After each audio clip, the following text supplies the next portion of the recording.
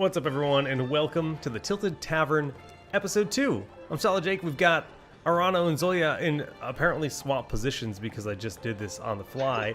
Oh yeah! What's up, Hi, boys? my name's Zoya. We're gonna fix that. Don't worry. Don't worry.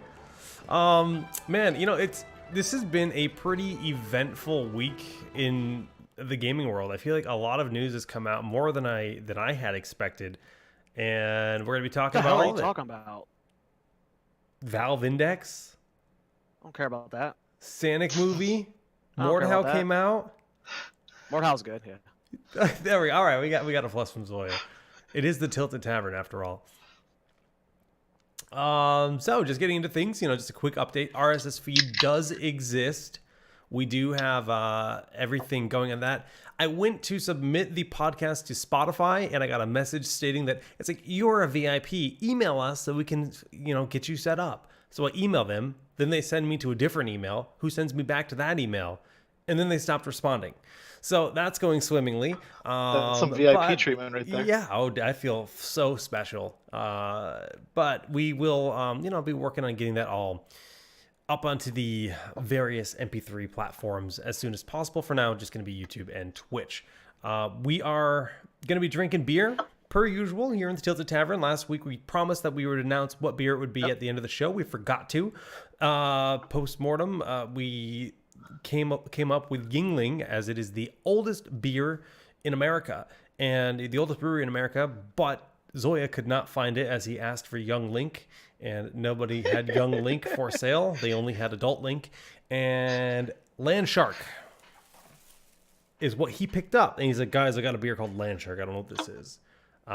But luckily, that is a beer that is available. Well, I assumed, because when I go and get my beer for this show, I do it several hours before the show rather than several days.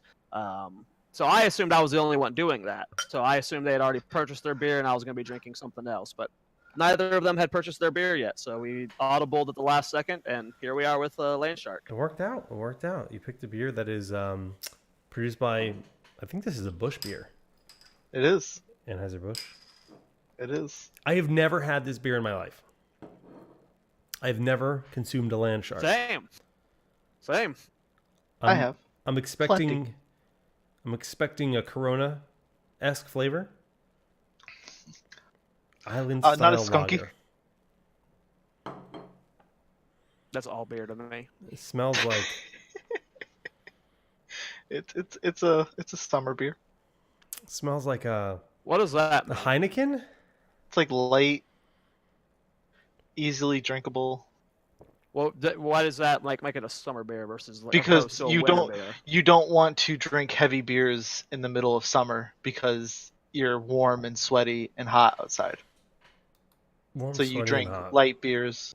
The three best Yeah, words. warm, sweaty, and hot. Yep. Yeah, but why does a light beer make it better? It's not as thick.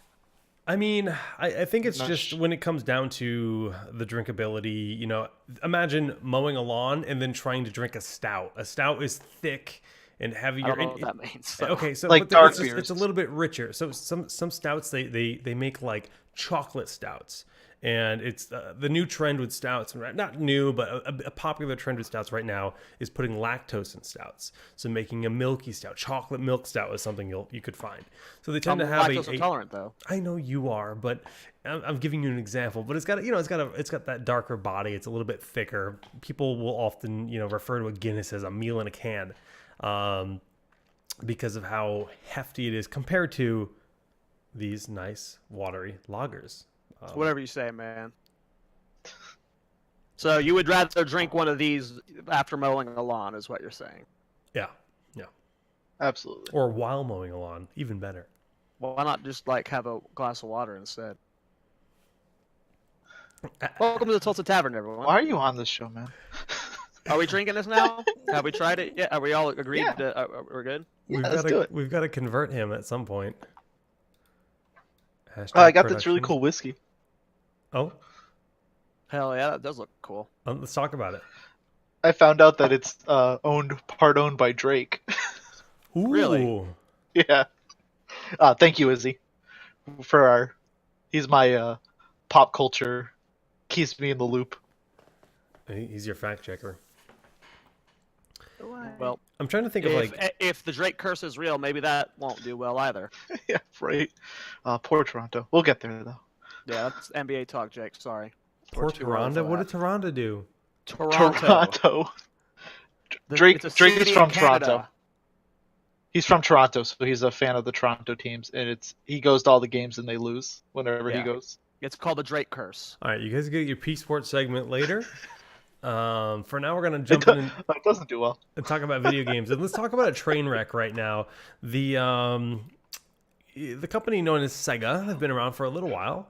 They're not doing too well right now. They've recently So bad. just come out with the trailer for the Sonic the Hedgehog movie, and holy shit, Sonic looks like a creepy raccoon that's on life support that just crawled out from under a dumpster, and you want to hit it and kill it until it dies.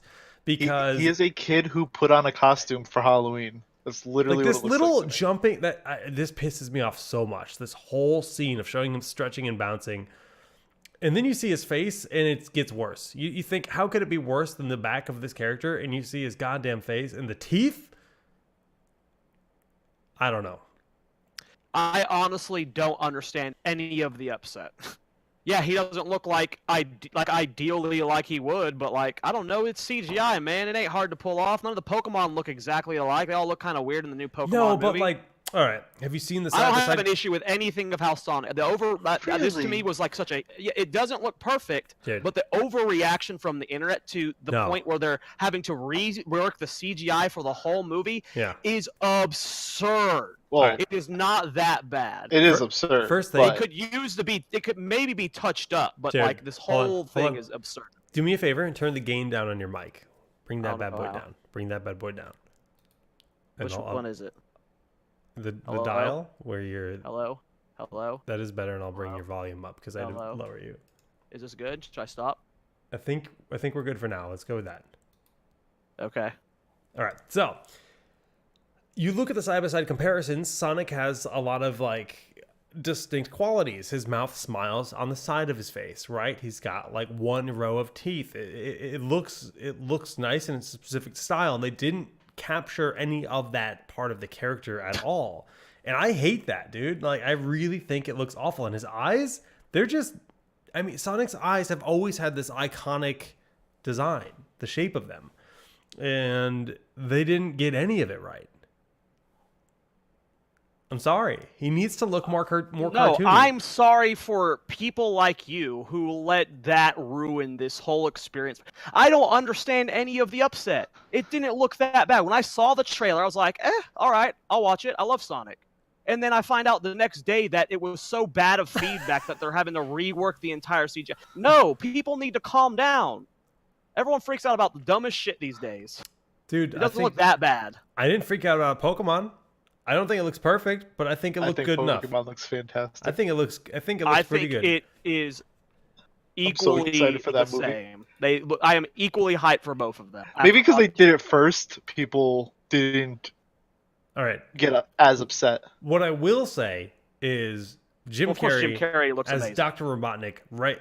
Correct. This is flawless. As Eggman, like, that is godlike. Yeah, So- no. And the Sonic was okay. And I even said to Ryan It's a CGI hedgehog. before they announced they're going to change Sonic, I'm going to see the movie because Jim Carrey, right? You know, I was already planning on seeing it, but I'm glad they're going to change Sonic. Oh no, I can't back you or the rest of the internet's outrage on this. It's ridiculous how overreacting people are at. Yes, it does not look great, but I mean, God, calm down. It's a CGI hedgehog that's supposed to be running 1,000 miles an hour. Of course, it ain't gonna look perfect. I don't know. I was really shocked when I saw how big. Like, I can understand being a little upset, but this was like worse than Game of Thrones reactions this weekend. Like, people overreacted so harshly to Sonic, worse than they did to that Game of Thrones episode. It didn't warrant that much of an overreaction. Saying it's like the worst dog shit thing, and how the eyes don't match perfectly ruins the whole. No, come on, man. It's a CGI hedgehog. How else? What do you expect? How are they supposed to make it? Maybe like a little bit closer to that. That's a really good comparison. Yeah, that is someone who took a still image and remade it. How are you going to make that flow perfectly throughout an entire goddamn movie? But I'm Especially saying- when it's a live action movie. That doesn't look like a live action Sonic the Hedgehog like the Pokemon did. All the Pokemon had that fur and that semi-realistic change to them. That just looks like someone took a fucking copy and paste Sonic out from the game and put it into the real world. Somebody painted. That's that painted. looks worse. That's painted. That looks worse. The second one looks worse to me. It does not look like it would. That if that was an animated movie, a fully animated movie, the second one looks best. Now the first one does look like shit on the left, but I would not say that the second one looks better for this movie because that would not look better for this movie. That looks like a CGI cartoon movie, not a live action one. I think the idea though is the characteristics that Jake was talking about earlier. It's not so much that would look better in this movie. So Jared would rather watch this. Well, no, I would not want to watch that because that's not what it looks like. I watched the trailer, and everything in the trailer looked nothing like that image you just showed. It looks like people isolated that one frame and was like, look how shit this looked. Everything else from Sonic in the trailer looked fine. When you were just playing that video for me, I was like, what's wrong with this? I don't like his lower half of like the body. It looks strange to me. Proportions are weird. Yeah, proportions are weird. His hands are too small. It's a live action hedgehog who's blue and can run 1,000 miles an hour. What did you expect Better. him to look like? I don't know. Y'all are crazy. Y'all are letting something dumb ruin your movie. I'm not letting anything ruin my movie because I'm not going to see it. Yeah, you are. You said you're going to see it because yeah, of Jim Carrey. You're right. God Called damn him it. out. God damn it. I don't know. I can understand being a little bit upset, but the reaction level was a bit intense for what was going on. It is funny how like to get to the point where they are redoing the animation. Touch-ups was all they probably needed to do. But to be like to the point where like I'm not seeing it if it looks this bad, they have to completely rework it is a bit much. That's impressive. That it's a bit much. Yeah. Well, we'll have to wait and the see. power of the internet that they have over things like this nowadays is, I want to almost say the word scary. Absolutely. While we've got Because- Zoya sufficiently tilted talking about the power of the internet, let's talk about Game of Thrones briefly. Episode 3 of the final season, was it season 8? I don't know if we're talking about any spoilers, but just in case you haven't seen the episode, we might not say spoilers, but be There's a chance we it will warned. happen. Yeah, I mean, Let's be honest. Spoilers are probably going to happen. We're giving you fair warning. But, I'll just preface it with saying, like, there's, I usually watch Game of Thrones and just really enjoy it and just say this is, like, nice writing. I really liked episode 1 and 2 of this season. A lot of people didn't. They were bored, whatever, but I thought there was a lot of nice build-up. I thought they were beautifully executed episodes, and I was thoroughly entertained because you got to get these social interactions that were super meaningful. The thing that I had just briefly mentioning on those 2 episodes, people kept saying they were like filler episodes. No, dude, And they were so eventful. So much went down. What is so wrong with human to human interactions? These are characters we've been following for several books, for 8 seasons now. Mm-hmm. Yes, I want to see them just chilling, drinking around a fire. Yes, I want to see them reunions and them hugging each other and being happy to be together and all these conflicts over 8 years. I don't understand any of the poor reaction to episode 1 and 2. I fucking love both of them. My only issue is I think they could have just been one episode. Okay, so when you put it into disagree. context of episode 3, if you put it into context with what we got in episode 3, I agree. Episode 1 and 2 could have been combined better, or if that's what something. it took. But even still, like episode 3 had to cost them an arm and a leg. There was a movie. It was just a full CGI movie, basically. The amount of special effects that they may or may not have done, it was so blurry I couldn't tell you what happened. But 1 and 2 I thought were beautiful and just nice finalities or summarizing of Jon and Daenerys. I told finding my out dad the Brienne of Tarth scene might be top 3 favorite scenes of the entire show for me. when When she gets knighted. Yeah, when she Dude. gets knighted, I was tearing up, dude. Yeah. Like if this was like a normal J.R.R. Tolkien fantasy where you're following the hero, the true, pure, good person, best person in the show, good guy hero, it's Jon Snow or Brienne of Tarth. No one is better than those two. No one is better people than those two. Brienne of Tarth is the true hero of this show, and to see her get knighted like that, I agree. It was so deserved. It was such a great character moment. I was very moved by that scene there. It was very well written. The music felt great. Everything about it was really well done. Yeah, no, I do love that scene. However, with the state of episode 3, though, I feel like they set us up for a lot of heartbreak, and then they pulled back really hard on it. There was not enough death there. It felt like with how they were setting up episode 1. That's where I say maybe episode 1 and 2 could have been merged, because episode 1 and 2 felt like it was building up all of these people we love, all these people, the relationship we love, and it only pulled the punch on like 3 of them. It wasn't that there wasn't enough death. It wasn't that there wasn't enough big death. Yes, For exactly. for a show that's so known for Jorah and Theon are B-tier characters. I don't care what anyone says. They are B-tier characters. They are not top tier. And everyone knew that Theon was going to die because both of them. You knew they were both going to die forever. Yeah. I'm surprised they lasted this long. And even Brienne and Grey Worm, they're not A-tier characters yet. They still no one seeing really Brienne get knighted. died. I thought she was going to die for sure. Exactly. Yeah. Or Grey Worm absolutely. hugging Missandei. And saying we're gonna go somewhere after this or whatever. I figured at least I don't know. I thought Daenerys or Jon would die. Honestly, I thought one or the two. I thought maybe, like you said, Grey Worm. But the episode was not like the most blue balls experience ever. It also just turned into a zombie movie. And I think that's my biggest disappointment, is because these White Walkers, which are the first thing you ever see in the show, 8 years ago, running through the woods, you see the White Walkers, you kind of wonder what they are. How are they different than your classic zombie in a fantasy? And then we see all these crazy scenes throughout where they're taking babies, putting them on these altars. They've got like a council. They're clearly like an intelligent species. And they've got these badass spears. They take a dragon down in one throw later on in season 7. And suddenly there's all this mystery. And I'm just like, yo, when we see some crazy ass fights, this is going to be so cool. And it opens up where it seemed like they summoned like that snow front in the fight, right when the dragons were flying in. Oh, yeah. Yeah. They were definitely controlling. I was like, all right, here comes some magic. This is going to be cool. That's it. So That's here's the thing. Here's the thing about it is, the Night King is not in the books. He could be in another book, but as of right now, the writers of the show have confirmed that they have written the Night King. They wanted to give a face to the army of the dead. And I think that's where the main problem was, because once you put that face to it, you put a person and an intelligence behind it. If in the books there is no Night King, then all the army of the dead is exactly that. The children of the forest made them. It was a mistake, and now they're exponentially growing, and now it's out of control, right? That's essentially what it could potentially be in the books.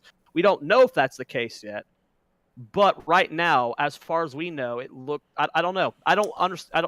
We need the books, and we need episode 4. As someone who has never read the books, I got really bored reading the first book. Just too much talking about food and sitting in inns and shit for my taste. I'm a show only guy, right? And my expectation was these White Walkers are not just mindless horde. They're not just a zombie. Yeah, that's what I'm saying. I think that's the mistake they went with. I got you. But that was such a big letdown for me. And even in this army, what did we see? We saw one dragon and we saw a giant.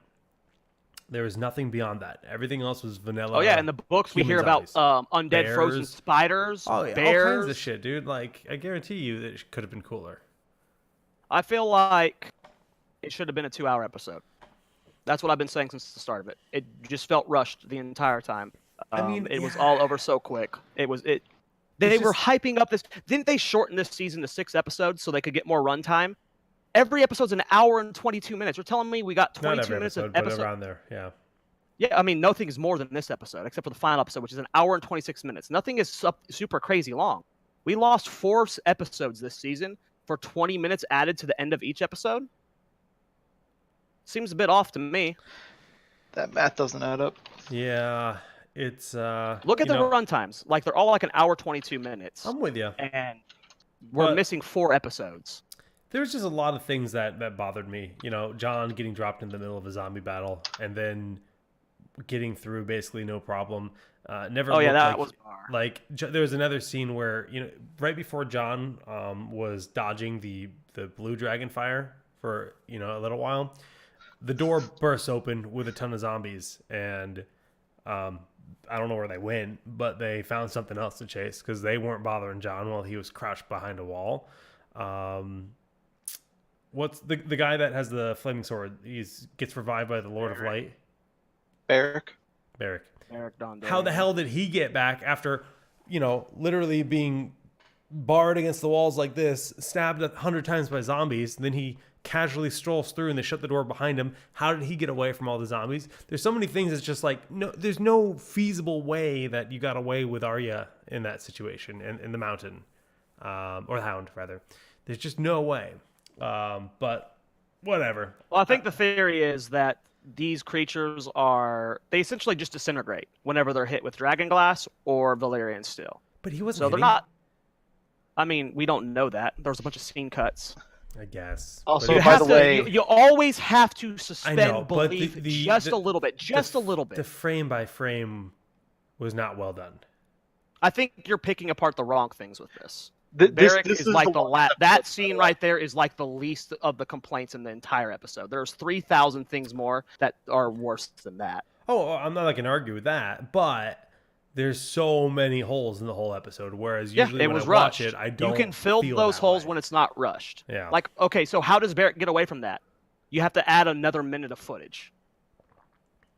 And there might be that footage. It just won't Exactly. That's what Yeah. I'm thinking. Like, I'm expecting maybe a 2-hour extended release, maybe like you're in the right. DVD or something. I don't know. My main issue with this is the entire time, and they keep saying that people keep referencing that prophecies aren't 100% true, like the priestess and shit say that prophecies can Oh. be bent and twisted. But I mean, that's how Harry Potter ever world since works too. the very beginning of the show, we have been prophesized of Azor Ahai. Azor Ahai either being John or Danny based off context clues. The prince that would bring the dawn. And it was always pointed at that this prince would fight the Night King and be the savior. And the fact that, some people are saying that bringing the dawn was bringing Daenerys and bringing all these armies together. They are the reason that they have brought, like they're fighting the Night King now, so they have essentially brought the dawn.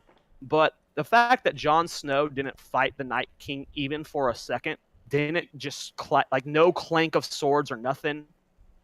He tried. Well, He tried. it would have been a better written ending if Jon Snow would have saved Bran, almost died fighting.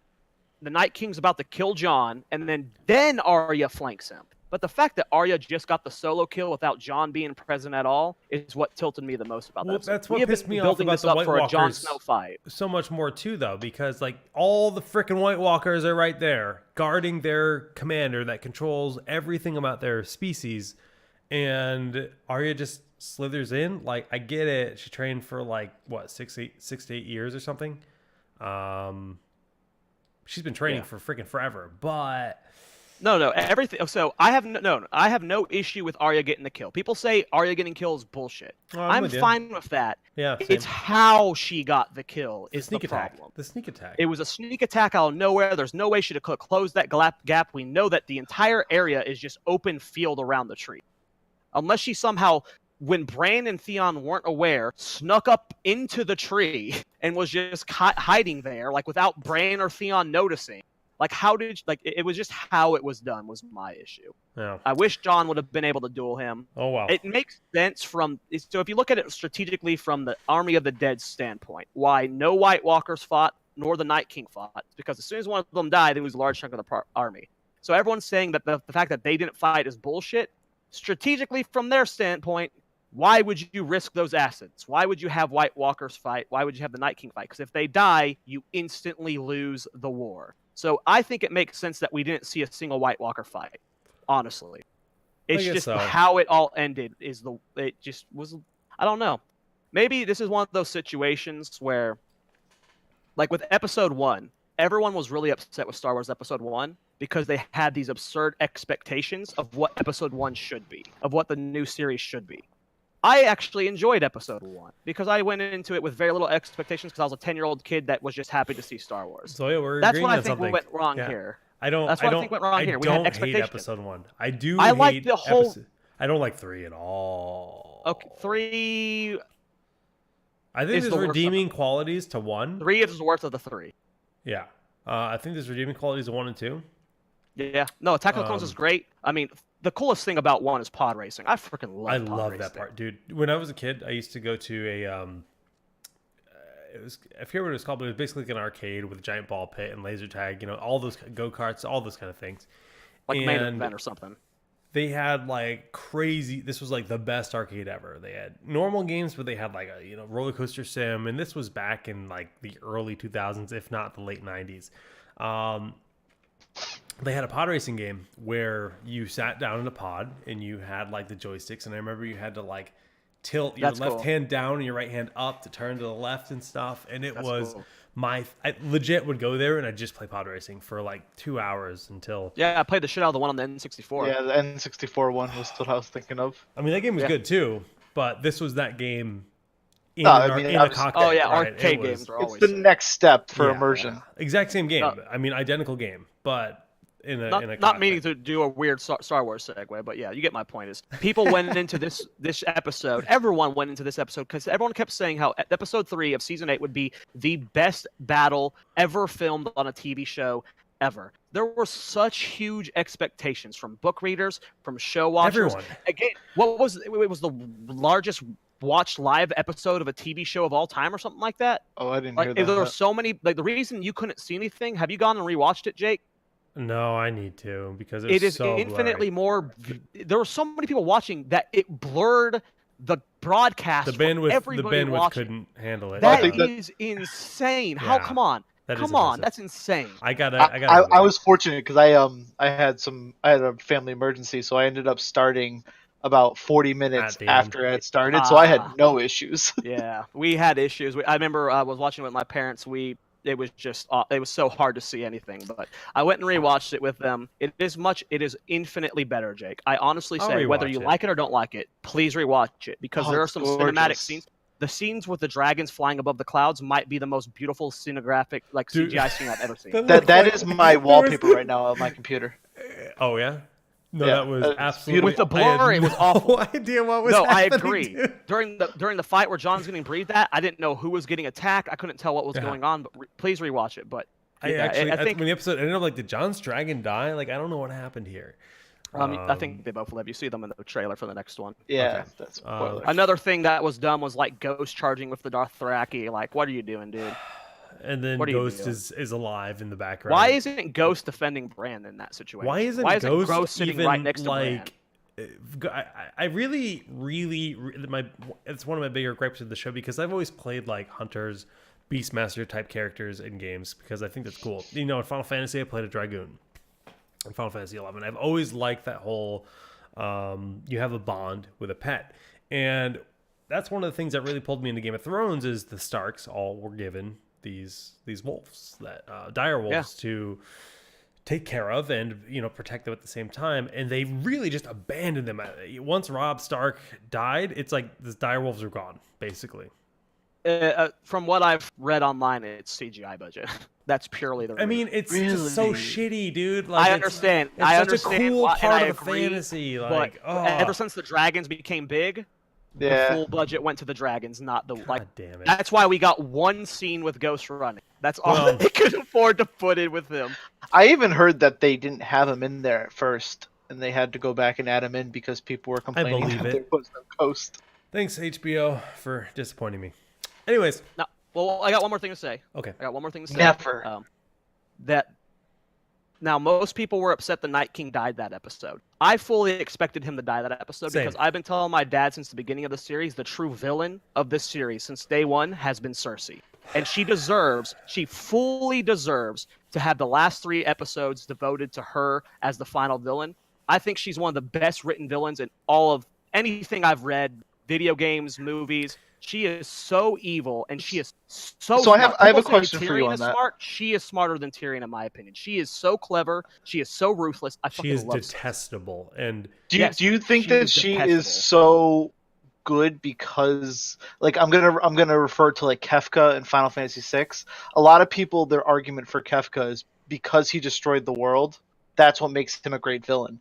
Do you think that she is such a great villain because of how well she's written, or because she continues to get her way, except for when she was thrown in jail? Well, I would say High that Sparrow. because of the High Sparrow scene is the only reason I don't. She fell hard. She went through a lot, and then all She the fell scenes so where hard she's- that now she's queen again. Like, it wasn't right, that and much I of mean, a fall, though. you take it from the. I guess I'm a book reader, so I've got a lot more work to go with based off of Cersei. Part of it is Lena Headey's performance. I Yeah. think she's an incredible actress.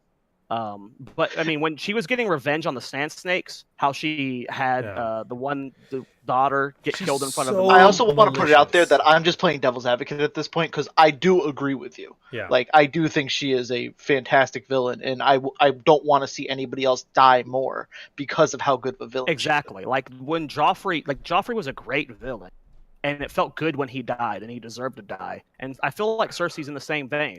She is just she's so smart, and she's so clever, and she's so ruthlessly violent. And Yeah. she destroyed the entire sept, man. That was insane. Like, Yeah. I don't know. I'm very glad that she is the final villain. I still felt like there was the whole Night I King agree. thing ended a little bit too quickly. I agree. But I think Cersei deserves that spot. I just kind of wish it was balanced a little bit better. I agree. But I'm saving my reviews until we see the next 3 episodes. We've got 3 more to go before the season's over, and it's going to be a lot of fun. So obviously we'll touch on it again another time. Yeah, I won't say anymore. I did want to step away from Game of Thrones, but dude, I was freaking dying. Izzy just said she just wanted her elephant. I was wondering if she's dude, gonna get when she had just slept with Theon's uncle, whatever the hell his name is. There's so many characters. You're and then she's like leaning on like a banister or something. She goes, I really wanted those elephants. I'm like, girl, you just had sex, and the only thing on your mind is elephants. Well, okay, so the funny thing about that episode was when we saw the Golden Company coming on the boat with Euron, I said, oh, hell yeah, where are the elephants? And literally the next scene was them saying no elephants. I'm so pissed there's no elephants because elephants have been hyped up by the Golden Company in the books for so long, and we're not going to see them. I was so salty. I wonder if they were a CGI budget related.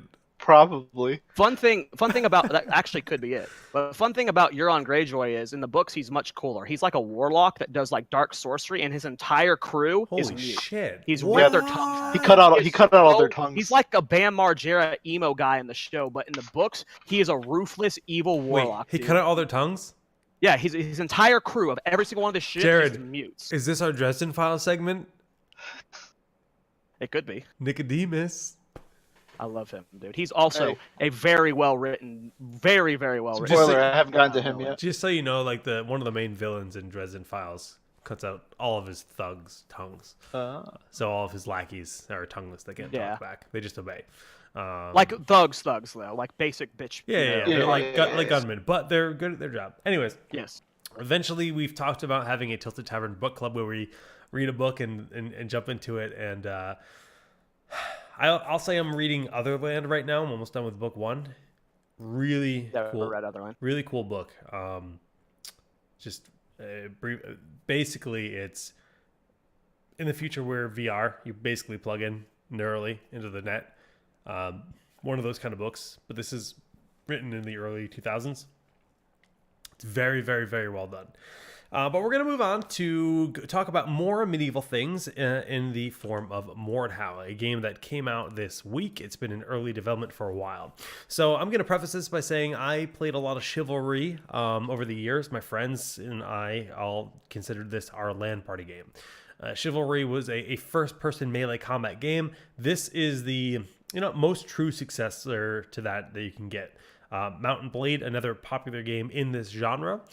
For Honor, not quite the same thing. For Honor is a little bit more linear and restricted. I'd say if you were to talk about sword play games, For Honor would be the Street Fighter where there's predetermined combos. This would be the Smash Brothers. This would be the Smash Brothers where it's very free flowing and. That's a good example. Well done, Jake. You can, and just kind of, make your own play style and play how you want to play. There's a shite load of weapons going from bow staffs, frying pans, loots, I love that you can swords, make your own classes. shields. Man. That's so cool. You make your own class. You basically have a set number of points. Different weapons use different amounts of points, and you equip 3. My favorite person I've seen out in the battlefield so far has been a guy that has 3 frying pans. And this guy is not only going to smack you in the head with a frying pan, but he's got 2 frying pans on his sides. So he's parrying your sword blows by turning his character to block with the frying pan that's on his side. It's actually the funniest thing in the world. But there are ranged weapons. It is, I'm the basic bitch that will go Legolas on your ass and shoot arrows. Thank you for saying that. Yeah, well, I For know. fully admitting you are a basic bitch for using bows in these kind Oh, of games. hell yeah, dude. I'm well aware. Every time we land, Okay, I'm just as long as you are No, willing dude. to own it, I'm happy with you doing I it. should really stream the first Mordhau land we have because my friend Brian, who will probably come on the show sometime, he does a beer blog and he's a PC gamer, so it's perfect for the show. He is the saltiest person in the world to game with. He gets so mad whenever he loses. So I make a point to play against him and shoot him with arrows whenever we played Chivalry. And he screams with blood-curdling rage every time I snipe him across the battlefield. And it is hard to use a bow. The arrows travel quite slow in this game. It's not like you're getting free hits, but you're still cheesing at the end of the day, right? It is still quite cheesy. Yeah, you're still a basic bitch at the end of the day. Yeah, no, that's totally fine. You know, I'm gonna live up to that. But you know, this game is It's got very horses, fun. I mean, so it's- this game style is very niche. It is a very niche style. It's very if you're versus somebody good and you suck, you're gonna get bodied.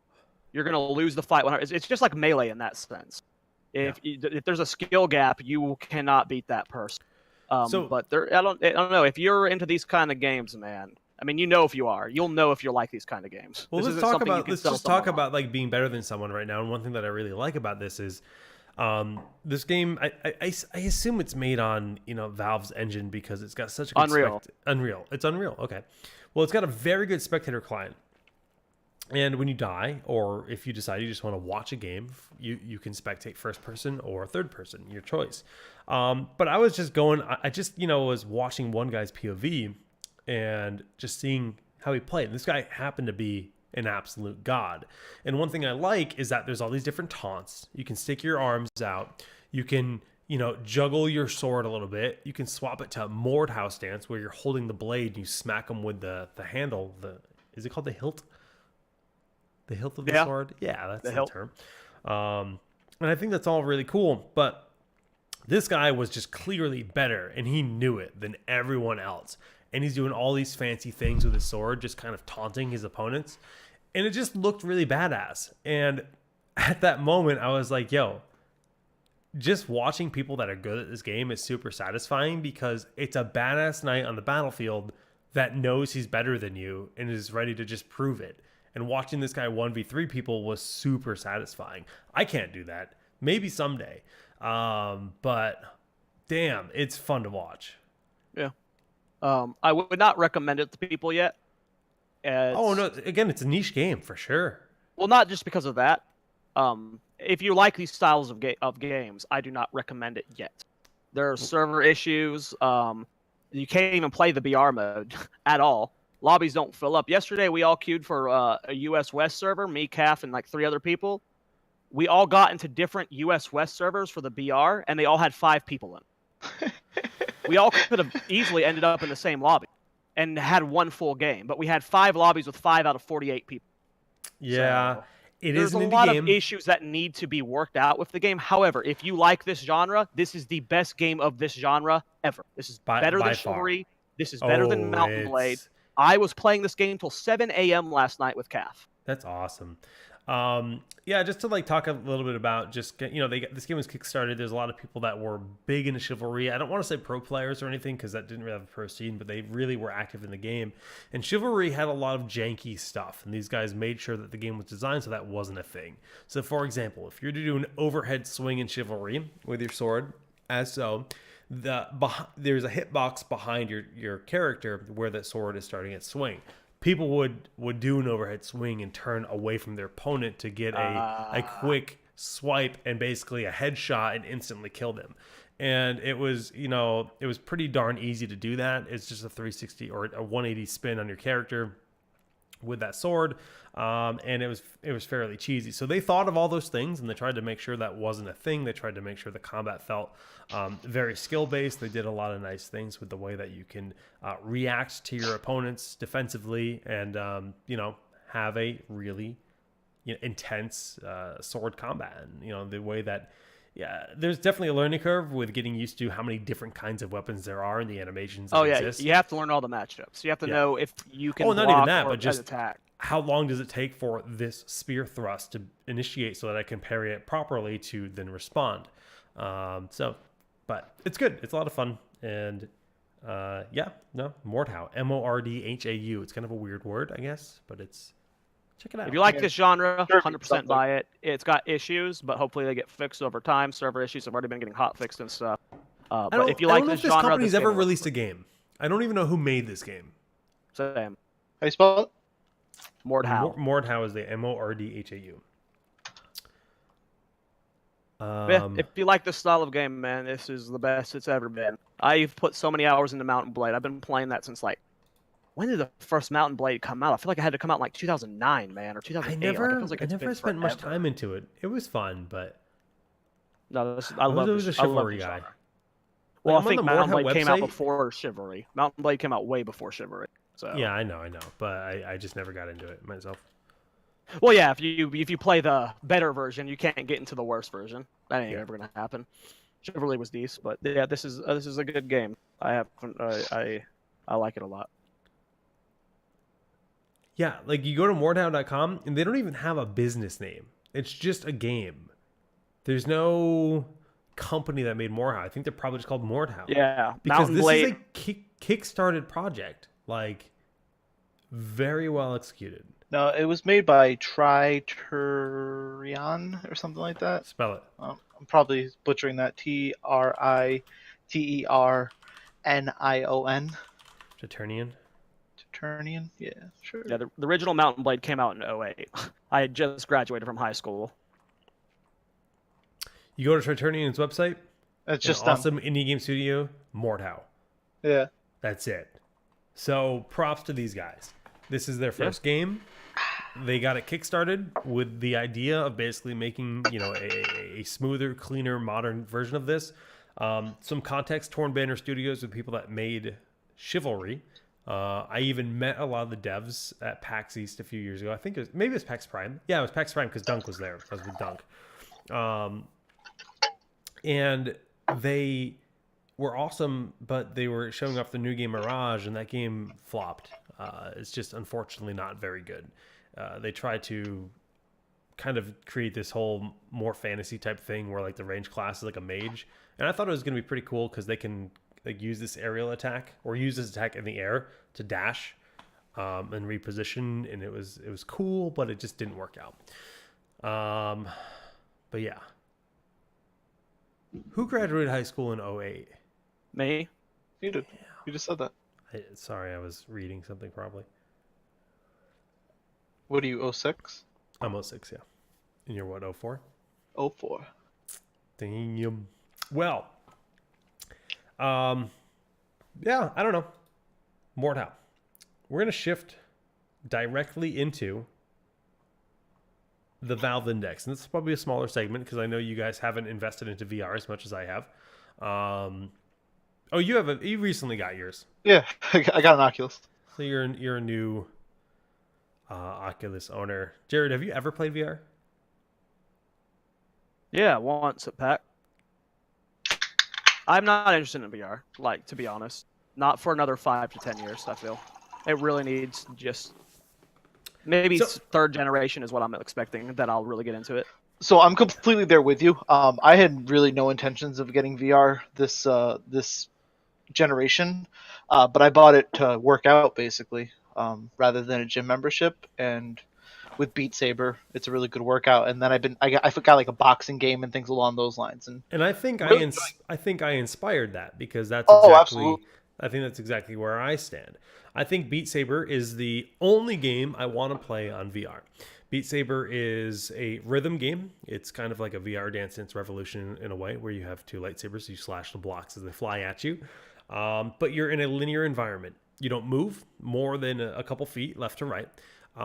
There is some crouching involved at most, so you're standing up. It is a full body movement thing, but you're mostly floating your arms and shoulders to slash the blocks. Incredibly fun, and I find that I can play that game in an unlimited amount of time, right? I'll be sweaty as hell playing for 3 hours, getting the best workout, and like you said, it is a gym membership replacement for me because some of those songs are very difficult. And I did some research on it. They say it's equivalent of playing tennis playing Beat Saber. That's the kind of workout you get. So yeah, it's awesome. I've always liked watching Jake play Beat Saber. I've always looked at it like, hey, that would be a good workout, because Jake has told me about this like a year or so ago, that he enjoyed it for the workout. yeah. But it's super fun too. Like, not even just a workout, but it's I super agree. fun. Yeah, it looks fun. I was really into Guitar Hero for so long. I played Guitar Hero, Rock Band. I mean, I spent probably over $1,000 on all of the genre in that game. Yep. Yeah, My DDR problem is was... what you just said at the very beginning of what Arano said. You said Beat Saber is the only game you want to play. Yeah. I am not willing to invest that much money into VR for Beat Saber. And sure, there would be other games that I may like, but right now it's just not worth the money. Well, let's just kind of expand on that. It's because every person's different, right? So I've got an HTC Vive, and I think it's a really nice product overall. The other games I've played, there was a game called Super Hot, where it's kind of like, if you we know move, Super hot. That's the only other game I've had fun with, because it's like a stop-go kind of shoot thing where it's quick motions.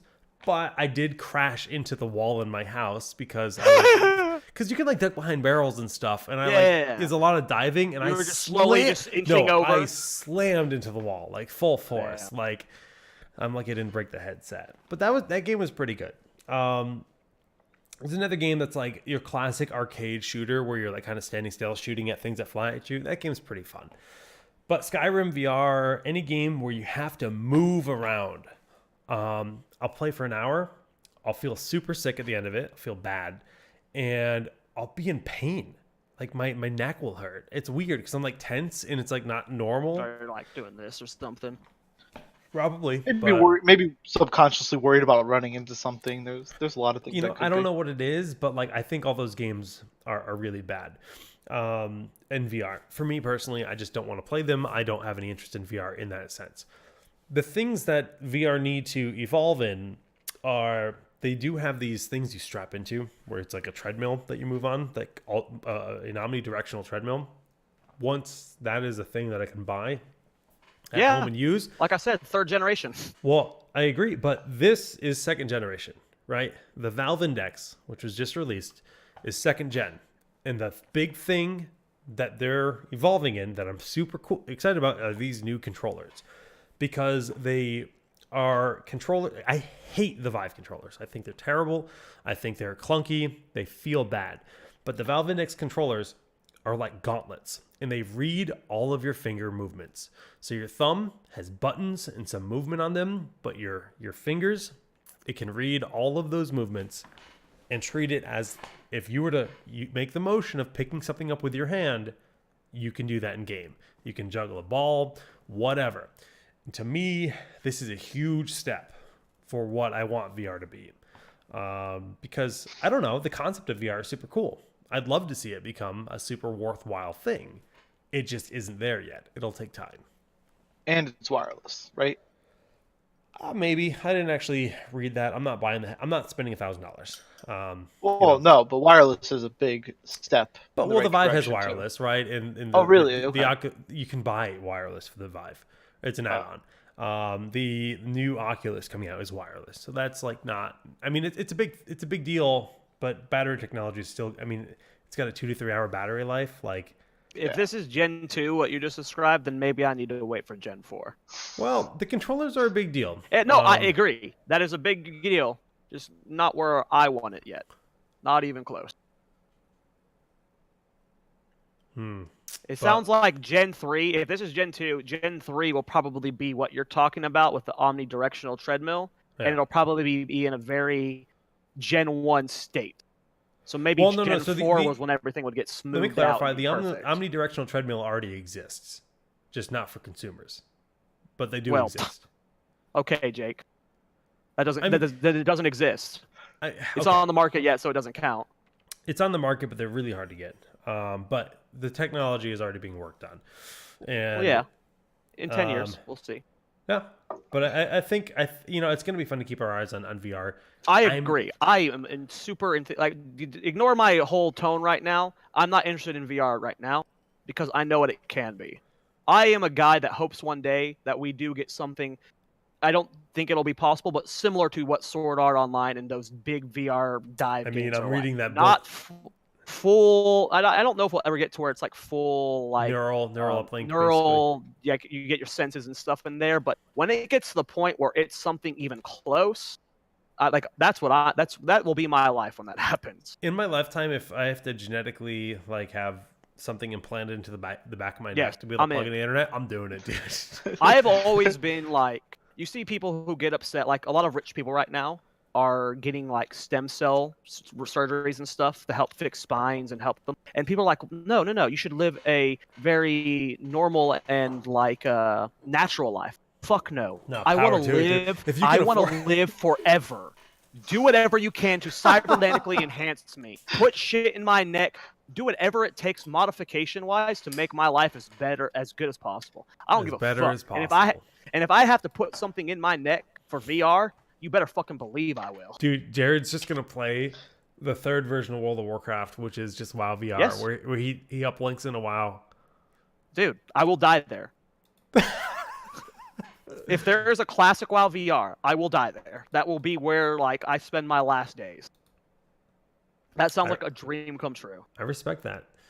What I'm looking forward to most is like, from VR standpoint, think about what we could do with Roll Need, with VR. Oh, D&D. Like, think of games like Roll that. Need is our Dungeons and Dragons show that we do. Where I could, like, you can go into a game as a dungeon master, create this world and scenario with, like, these building blocks, and then have your friends, like, play through it or something VR-wise. Like, imagine just something like that. Or imagine with VR being able to, like, you have, like, such a immersive world, say, like Azeroth. And with the VR technology, you make a movie or a TV series with that technology. Oh, it's going to happen. I know it's going to happen, and that's what I'm waiting for. I fully intend on just like doing fun shit like that and trying to do something cool with it, and that's where my hope with VR goes. Well, Valve Index is already sold out, so if you want to buy it, good luck, because they sold out within 30 minutes. How much were they? They were $1,000. Did they say how many they had? No, but they started like as people have started to pre-order them, they're now saying it's a July shipment. They already started saying you'll get yours in September, you'll get yours in October, because they didn't really know what to expect. But Valve's been working in that technology for quite a while. We're going to shift to talk about Borderlands 3, which had their gameplay revealed just 3 days ago, maybe? Wednesday, so 2 days ago. 2 days ago now. And they invited a bunch of streamers out, and they talked about the game. Honestly, I've been so freaking busy with work and everything else, and I'm preparing for a couple events that are coming up, that I didn't get to see as much as I'd like. But, the gameplay, as far as I could tell, and you can correct me if I'm wrong, it just looked like Borderlands 2, prettier, plus sliding, a la Apex. And then there was a few other neat things with, I saw somebody do like an aerial ground pound. They like slam back down after getting knocked up in the air. Mm-hmm. I saw somebody knock a barrel at the enemy, stuff like that. Yeah, stuff like that. Yeah, no, there's a lot of more environmental stuff, which is pretty cool. They have it's not level syncing, but it pretty much is level syncing. Like, you could play with your friend, but the numbers will be different for each person, but it will be the same at the end game. And like a gun you get or a gun your friend gets will be your respective level. So like things like that are cool too. That's cool. Yeah, those like everything we just said, the sliding, all these little changes, those were the quality of life changes Ryan and I were hinting at that we wanted to see from 2 to 3. Absolutely. We didn't want any massive changes, gameplay wise, style wise, between the two. Little touch ups, no living world, things like this. It sounds great to me. Yeah. I mean, it was really funny because, like, Jake and I are in a chat with a bunch of friends, and one of our friends pre-ordered it, and both Jake and I were like, "Yeah, I probably won't pre-order it until we know more. Probably get closer to." And then by the end of it, I was like, "Okay, I'm probably gonna pre-order." So like, it did its job. It sold me on what I wanted, so I'm happy. And I mentioned I wanted some like kind of social hubs to exist, and they did not release those. But coming to think about it a little bit further, post our last week and last episode, you're not making your own character. Having a bunch of Liliths running around doesn't make sense. You're right. You're absolutely right. They're not going to have that kind of functionality. And That's a very good point, it Jake. totally makes sense in this point. So I cannot wait. I actually Yeah, think if it's the same style of 4 characters you choose between, every That's No, social they're customizable. to how Okay. much? So I mean, then I didn't see how to I how mean, much, but I in mean, it's a Borderlands little bit 2, more. you had those stations, whatever they're called, New Me or whatever, New You. I don't remember That that. I you feel like went people were to. making a big deal out of the customization part, but I was at work while it was happening, so Well, I I was had trying. I had probably 35 different skins for Zero in Borderlands 2 because I played a lot of Zero, right? And those are just predetermined skins. It's not Yeah. like you're changing your face and changing your head and making your own character. You're Yeah, it's still not playing. fully. You're playing a character. You're not playing a class. You're playing a Yeah. character, and having 15 Liliths doesn't make any sense to be in the same social hub because all you're going to be showing off is different guns. Yeah, it's 'Cause like if we were playing Heroes of the Storm, and when we logged in, there was a social hub where you could pick your Jaina, and there's like 15 Jainas standing around, all wearing different skins. Like, what's the point? Yeah, It ain't you. The only thing that you see as a player is your gun. So the only thing to show off is your gun. So you're still going to have the bragging rights of I got this badass gun between you and your friends, which is fine. And yeah, I don't know. I mean, there's not a whole lot to say about Borderlands 3 other than this video sold me, and I cannot wait to freaking play it, man. It looks beautiful. Look at that. That was a really cool part of the show. When they showed a picture or what we thought was a picture, and he's like, "Oh, don't worry, this is not a screenshot of what the game looks like." And everyone was like, "Oh, boo!" And then "No, this is actual gameplay." And then the thing revealed. That just happened, so it was really well done. Randy Yeah. did his job there. I don't know. I'm hyped He for did it, the man. magic show. Despite the magic show and all the chaos of that thing, I mean, we're Blizzard fanboys. We've been working with them forever. We love companies that care about their product. And there's nothing I get from these guys that doesn't scream, I love this game that I'm working on. They truly seem to care about Borderlands, so Absolutely. I very much am on board with these guys. I don't think they'll disappoint, man. When you have that much passion behind something, it's very hard to I disappoint. mean, they said no loot boxes, Yeah. which is There will be microtransactions though. They originally That's said fine. no microtransactions, but then they kind of like, no, we meant no loot boxes. I saw a but post on the Mordhau subreddit that was like, this game's great because no early access, no microtransaction, no loot boxes.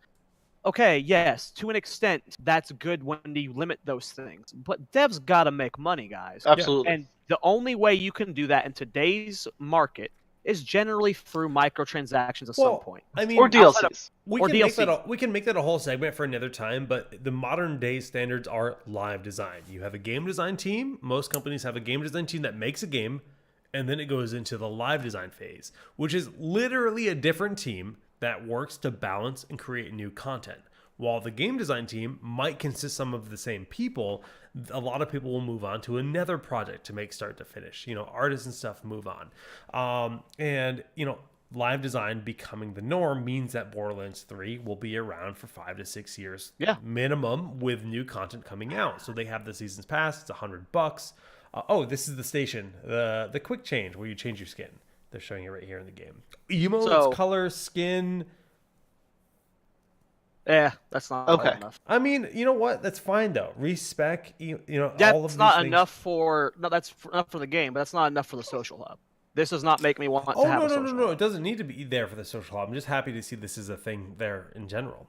Back to my previous point, though, Rano. You said something when I said that no microtransactions, no loot boxes. You said DLC. DLC is something I actually have a problem with a lot of the time. When you get to a situation like Destiny, where there's five DLCs you have to buy in order to be on the current content. Now, I've talked about ESO before on previous shows. I've never talked about it here. Elder Scrolls Online has a system where you do their monthly subscription, $15 a month, and you get access to every and all DLC ever made for a simple monthly sub. That's what WoW does now, I thought. Well, to an extent. No, WoW, you Up still to have to the buy expansion expansions. prior. There's The no expansion DLC. prior. If you get these, yeah. So I guess the argument there is player fragmentation, and that's one of the reasons why I fucking hate DLC. Well, that's one of the reasons why I was so supportive of Anthem. I was like, they're not doing any player fragmentation. They acknowledge that as a problem. They want to avoid it. Clearly, it's a garbage fire, but or a dumpster fire. That concept is good. So, do you have a DLC problem with Warcraft DLC per se, or is expansion okay? Expansions are different than See, expansions are different because expansions are It's a few years expansions are apart. massive content. Yeah. Like Okay. ESO, That makes you have 2 years let of me content, clarify. not Let me 3 clarify. months. Elder Scrolls Online does expansion that you have to pay for.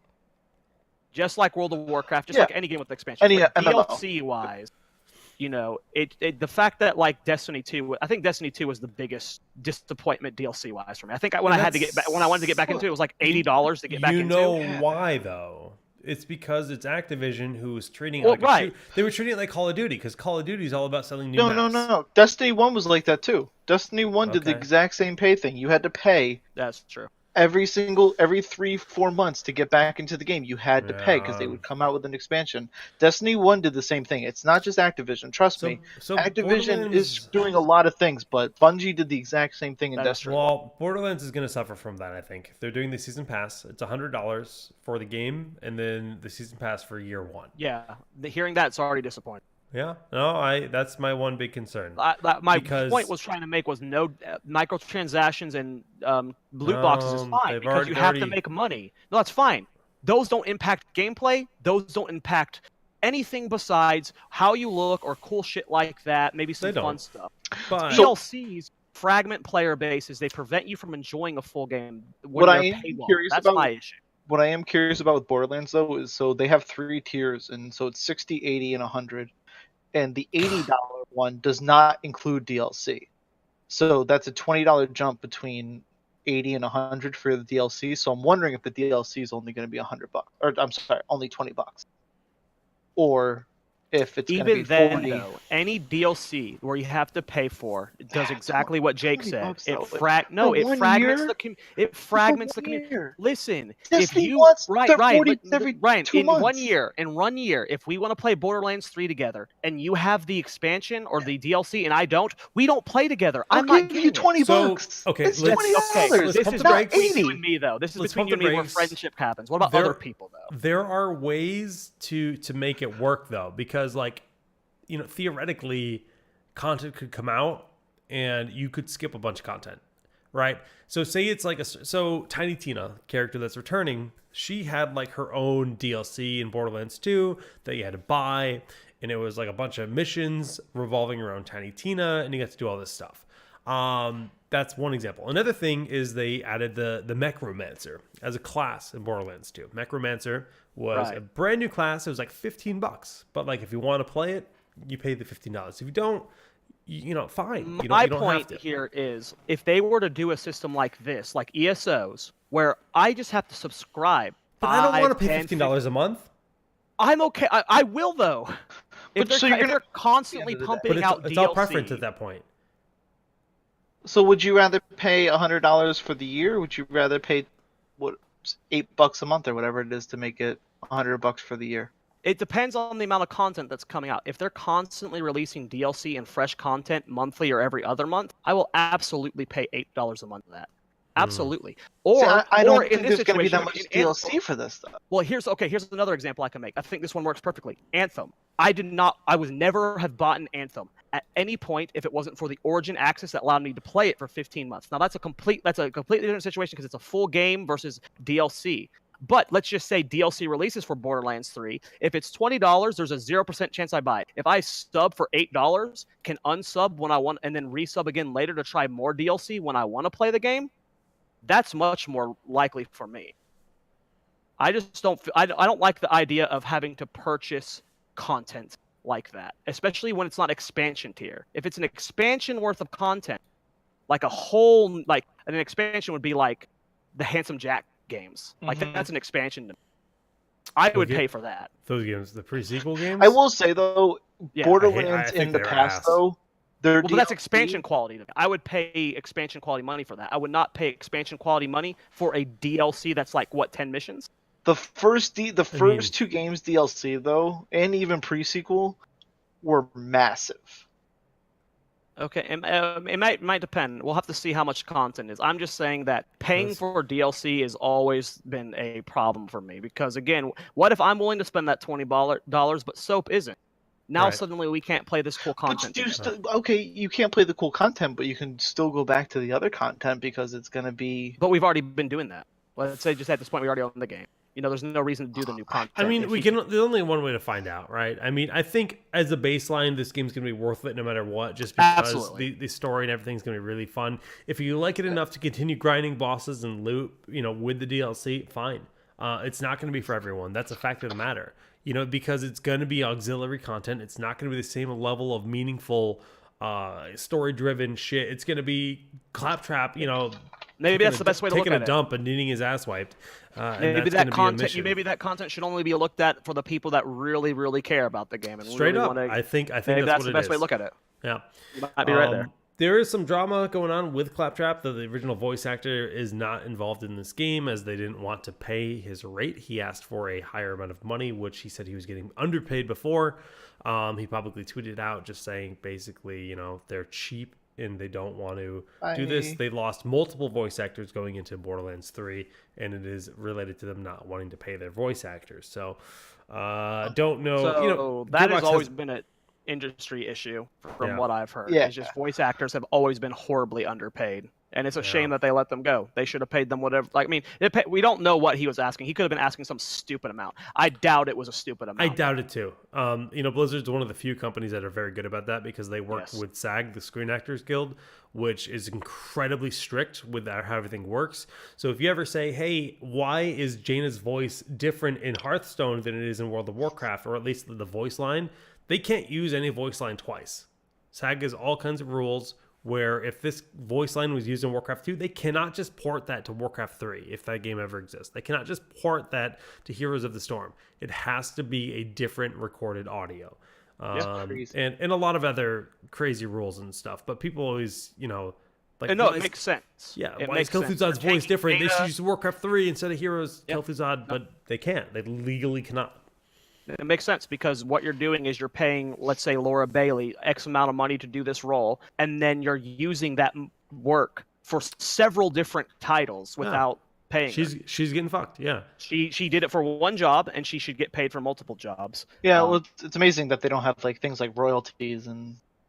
there's so much wrong with... I remember back when Mass Effect 2 or 3 was a big thing, I remember the female Shepard was complaining about how she blew out her vocal cords doing some of the lines for it, and she was underpaid. They weren't helping her pay her med.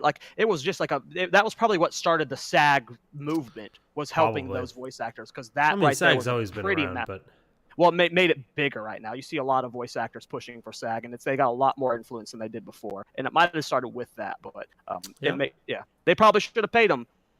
He's been in 50 games now. The Claptrap voice, they should have paid him.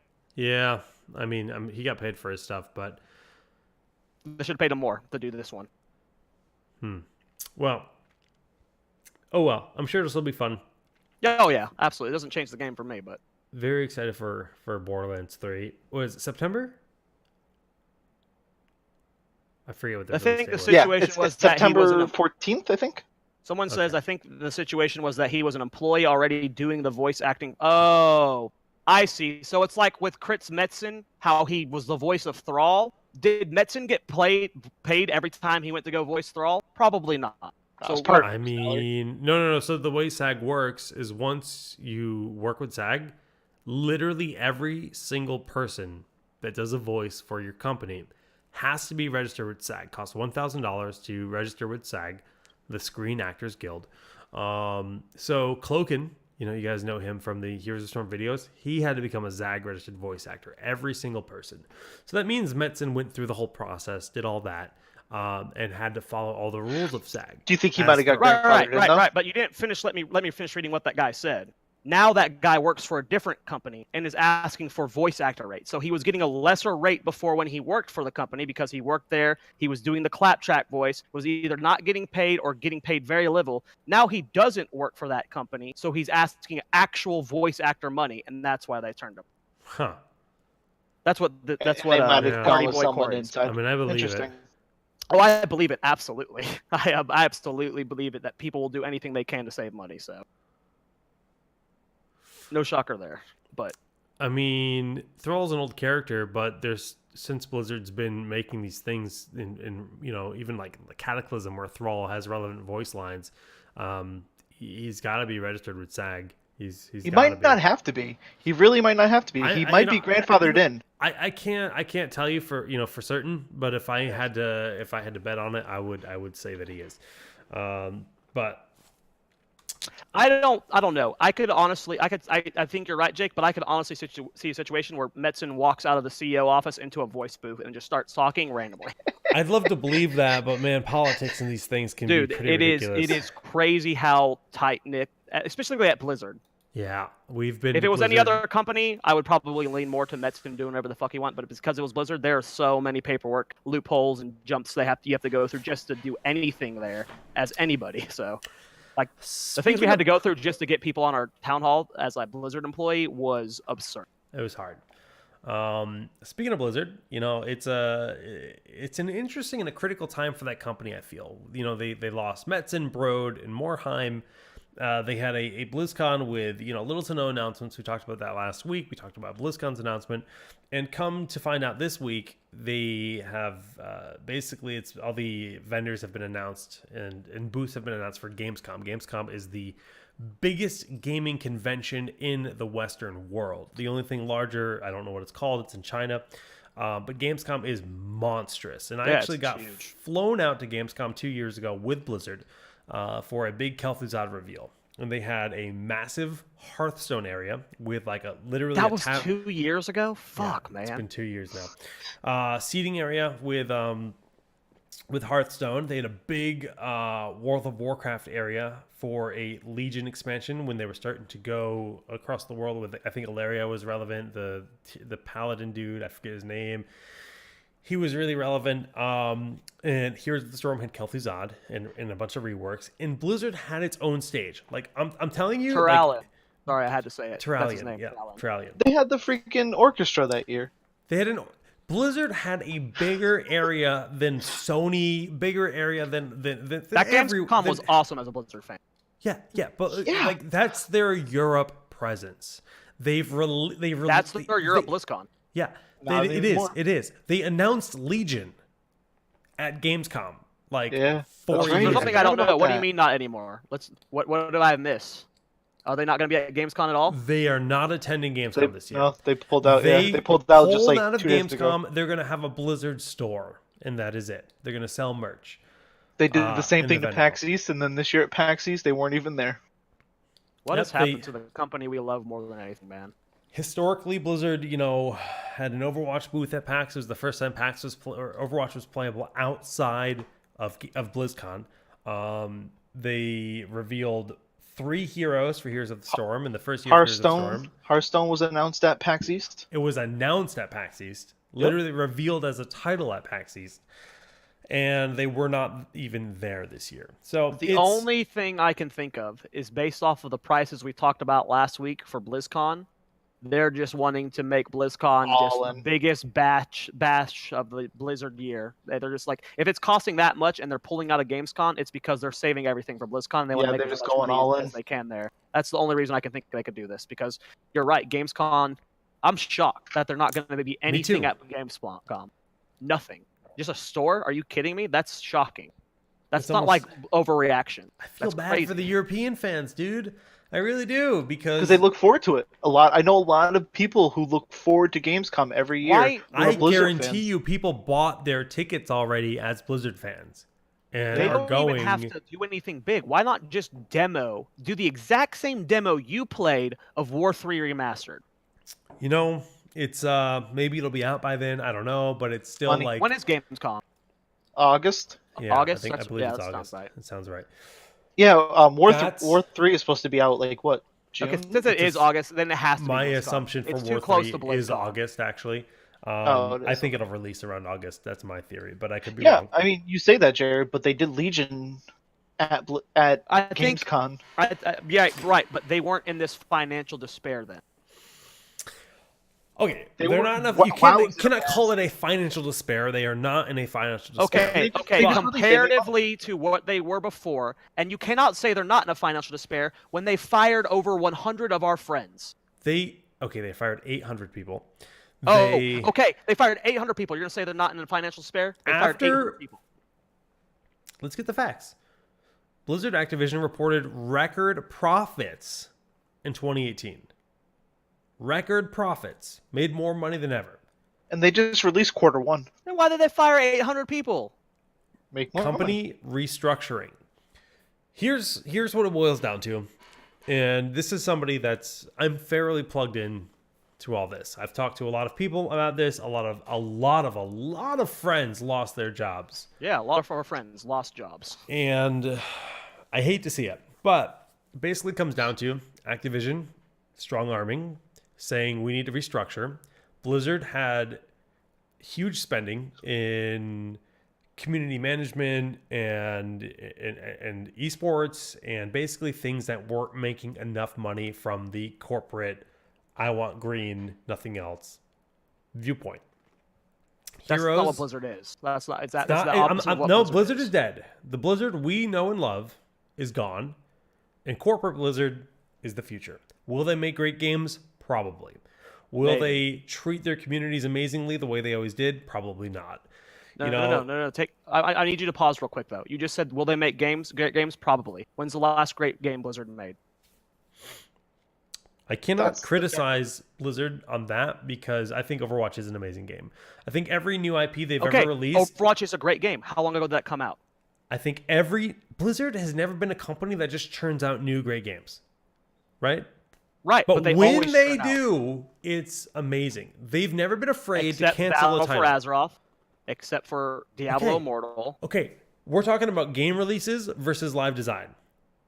Do I think their live design teams are perfect? No. Do I think live design is an easy thing You to don't do? consider BFA No. a game release? No, I don't. I consider it I live also design. don't consider it to be an awful game. BFA is an awful fucking game.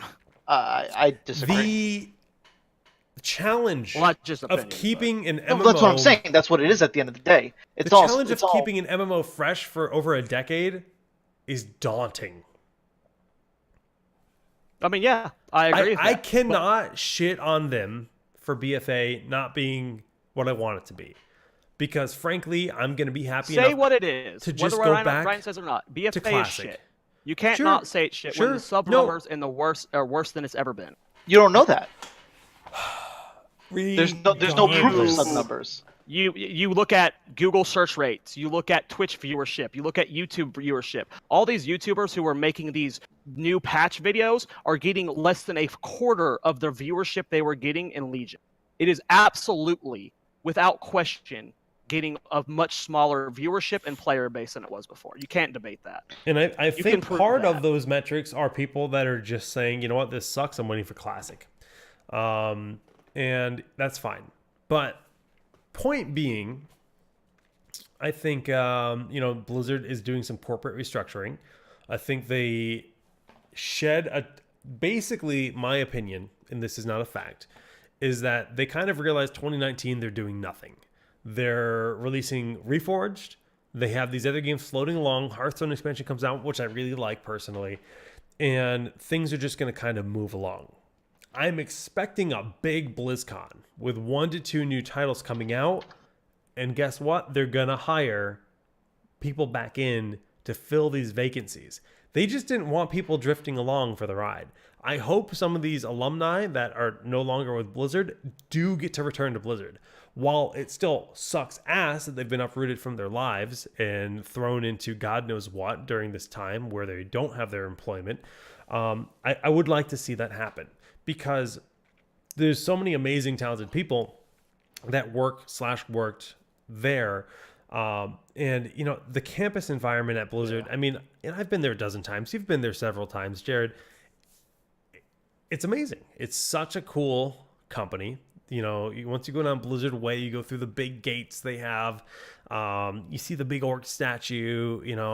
They've redone the whole cafeteria. They have a new building that has it's actually the Overwatch building. Overwatch and Diablo share the same building, and downstairs there's like a rec room with video games, beanbag chairs. They've got a fighting machine arcade. They've got draft beer.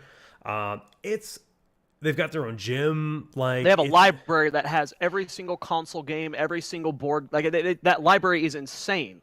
They have a Blizzard. They have a library that just has everything. You can rent any console there. You can take it home and play any game that's ever been. Like they have almost everything there that you would want to play in it. And you can just go in there as a employee, rent an old Sega Genesis, and walk out with like Mega Man 2. Go home and play it, and then like walk home or something, and then bring it back or something like that. And it's full of like all kinds of history and stuff too in that library. Yeah.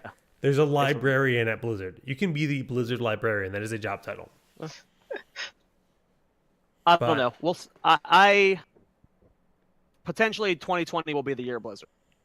Maybe that will be a thing we'll say, but I feel like I'm not going to hold my breath. I'm very curious about BlizzCon this year. I am. I am not. I got my email today with my Media Pass invite for BlizzCon. Nice. So I'm pretty damn hopeful, to say the least, because I'm a diehard Blizzard guy. I have been for a long time, and this last year has sucked. Ever since BlizzCon, it's been hard. You want to see Blizzard win. You want to see them be the only company. thing that would bring me, like, I don't think World of Warcraft 2, I don't think StarCraft 4, I don't think Warcraft, nothing can make me happy at this point outside of a new IP. Really? If we do not, I don't think I would be like. Obviously, if Warcraft 4 got announced, I would play it and I would think it was cool. But nothing is going to get me jumping up and down and excited for Blizzard like I am for Classic WoW than a new IP. I would need a completely new. What kind of IP would you look for? I don't care. I don't care. So if they just regurgitate another MMO, so like my issue with Overwatch was it was this beautiful, rich world with this great lore and this beautiful Blizzard backing with beautiful Blizzard artwork. That's what Blizzard has always really done well, is their world building and their artwork. Yeah, and it's a fucking shitty multiplayer game that has no single player, no world exploring, nothing. Overwatch gave me a taste of what I love of Blizzard without me being able to fully fulfill that wonder. I need a full Jared, well put. Adventure dive. Well put, because I'm literally in the exact same boat as you in the Overwatch world. And on my like little Blizzard media thing, you check off all the games you want to check off that you're interested in. Overwatch is the only one I didn't click because of that. Right. I feel like there should be so much more, and I have to consume a 3-minute cinematic to fulfill my desire to expand upon that world. It's not enough for me, because that's not what video games are for. Video games are for living and being part of that world, not watching a fucking movie. That's what we were excited about Anthem, man. We were excited to explore that world and learn more about it, and that was a mega burnout, and that's what Overwatch. I don't say Overwatch was a burn, but it was a very fun game, very fun game. The gameplay. But I meant from like not being able to experience it's not Project Titan though, right? It's not. Yeah. Well, it also sucks, like with Overwatch, every time you get a PvE event, it doesn't build on the war. It's just like some troll shit, like, oh, Dr. Frankenstein's back again. Let's have Undead McCree and his crew shoot him up. Like, but they're fun, and they're fun. You know what Blizzard can do. Yeah, and it makes it even worse because you want that next step, and you just know you're never going to get it with Overwatch. Yeah, I agree. So, I don't know if I mentioned this in the show last week, but I'll say it again really quick. The the MMO RTS mobile game that they had a job listing for like 3 or 4 years ago. Oh, yeah, you did. As far as I'm concerned, that's a very likely title to be announced, whatever the hell it is. And mobile would be a big burn for me. This is pure theory crafting. My personal expectations for Diablo 4 are to be take the genre to the next level, I guess, and not just make another top-down like RTS style game. I would get hyped for Diablo 4, even if it was similar style. I would not get hyped for Warcraft 4, StarCraft 3, or any of the other ones. But my Diablo expectation 4, is to draw inspiration from Dark Souls and perfect you've said this. Yeah. The Dark Souls idea in Diablo 4, where it's an over-the-shoulder. I feel like fighting demons, fighting the Butcher in that kind of over-the-shoulder. They can't do that. You say that, but Diablo. Guess what? Consoles. I'm saying, you talk about the shoulder triggers for roll when they ported Diablo 3 to console. That is proof of concept. I don't think that's what he's saying. That is not what I'm saying. I'm saying with Blizzard fanboys, if you were to come out with Diablo 4 and it's not Diablo 3 upgraded, they're going to be. If you release Diablo 4 Yeah, if Immortal. you release Diablo 4 as Dark Souls, you will get a worse reaction than Diablo Immortal. I You guarantee will. it. Absolutely. You need to have that Diablo 4 in addition to that Diablo Dark Souls. You I agree. can't just have one. I'm not saying that I wouldn't enjoy that game, Jake, because I do enjoy Dark Souls games, and that might be awesome. But I'm saying if Blizzard did that, that would be a shit storm and a half. I know that for a fact, man. That would be because the Diablo 3 community has been itching for that action RTS type game for so long. Path of Exile didn't do it for some of them. That's why they're still playing that shitty game Diablo 3. And if they didn't get that after Diablo Immortal, they will fucking. And If even they then, did Reaper's that without split. doing Diablo Immortal, if it was just Diablo 4's Dark Souls, maybe. But after Diablo Immortal, no way, dude. When did No Reaper way. Souls come out? Reaper Souls was 2014. 2000. 4 or 5 years ago. Yeah, Jesus. Yeah. 6 5 years ago. years. Holy shit. And so you have these people who that all they want is a new Diablo. They don't want it Yeah. done differently. And don't get me wrong, kind of like what Jared said, if they came out with a Diablo Dark Souls, that universe is the perfect game for Oh, Dark Souls. absolutely. But that's No, it's- still not going to be okay. Yeah, yeah. See, what they need to do is make a new world for a Dark Souls game. That's what they need to do. Because if you use Diablo, they're gonna get pissed off so many. But people. here's the thing: they can do that because they've said they have multiple Diablo. That is projects true. going They can on. do that after Diablo 4. You have to make Or- Diablo 4 first. Okay, Absolutely. so let's just clarify. Pre-BlizzCon this year, Blizzard got themselves in a lot of trouble by saying we have multiple Diablo projects underway. Projects is ambiguous. Could mean the Netflix show that is rumored. Could mean Diablo Project could be Immortal. a comic strip for all. Could be a comic strip. It Absolutely. could be a lot of things. What we know, Diablo Immortal is a thing. Diablo 4 is highly suspected. There was also the rumored Netflix show. That's 3 projects. Could be 4. Could be 5. We have no freaking idea. But man, I don't know. I think, you got to look at it as Diablo 3. They tried to monetize this game by first selling it, then having a real money auction house, which was a catastrophic failure because people like me, I was a college student when Diablo 3 came out. I no life that game. I legitimately got 60 fast or whatever the max level was. I want to say 60, but maybe it was 40. 60, yeah, it was 60. Sold a necklace for $80. Invested that $80 into dank ass Dex gear for my Demon Hunter. Blizzard then a week later nerfed my entire set of gear, making it worth maybe $2 each. To be fair, that was a different time. It was Back a when different Diablo 3 time, came out, but that the was like- real that was money the auction Wild house West. was their way of saying, "Hey, we're gonna make $1 off every transaction." Well, And- because everyone was doing it on eBay anyway, so they were like, "Hey, we might as well get a cut of it." Precisely.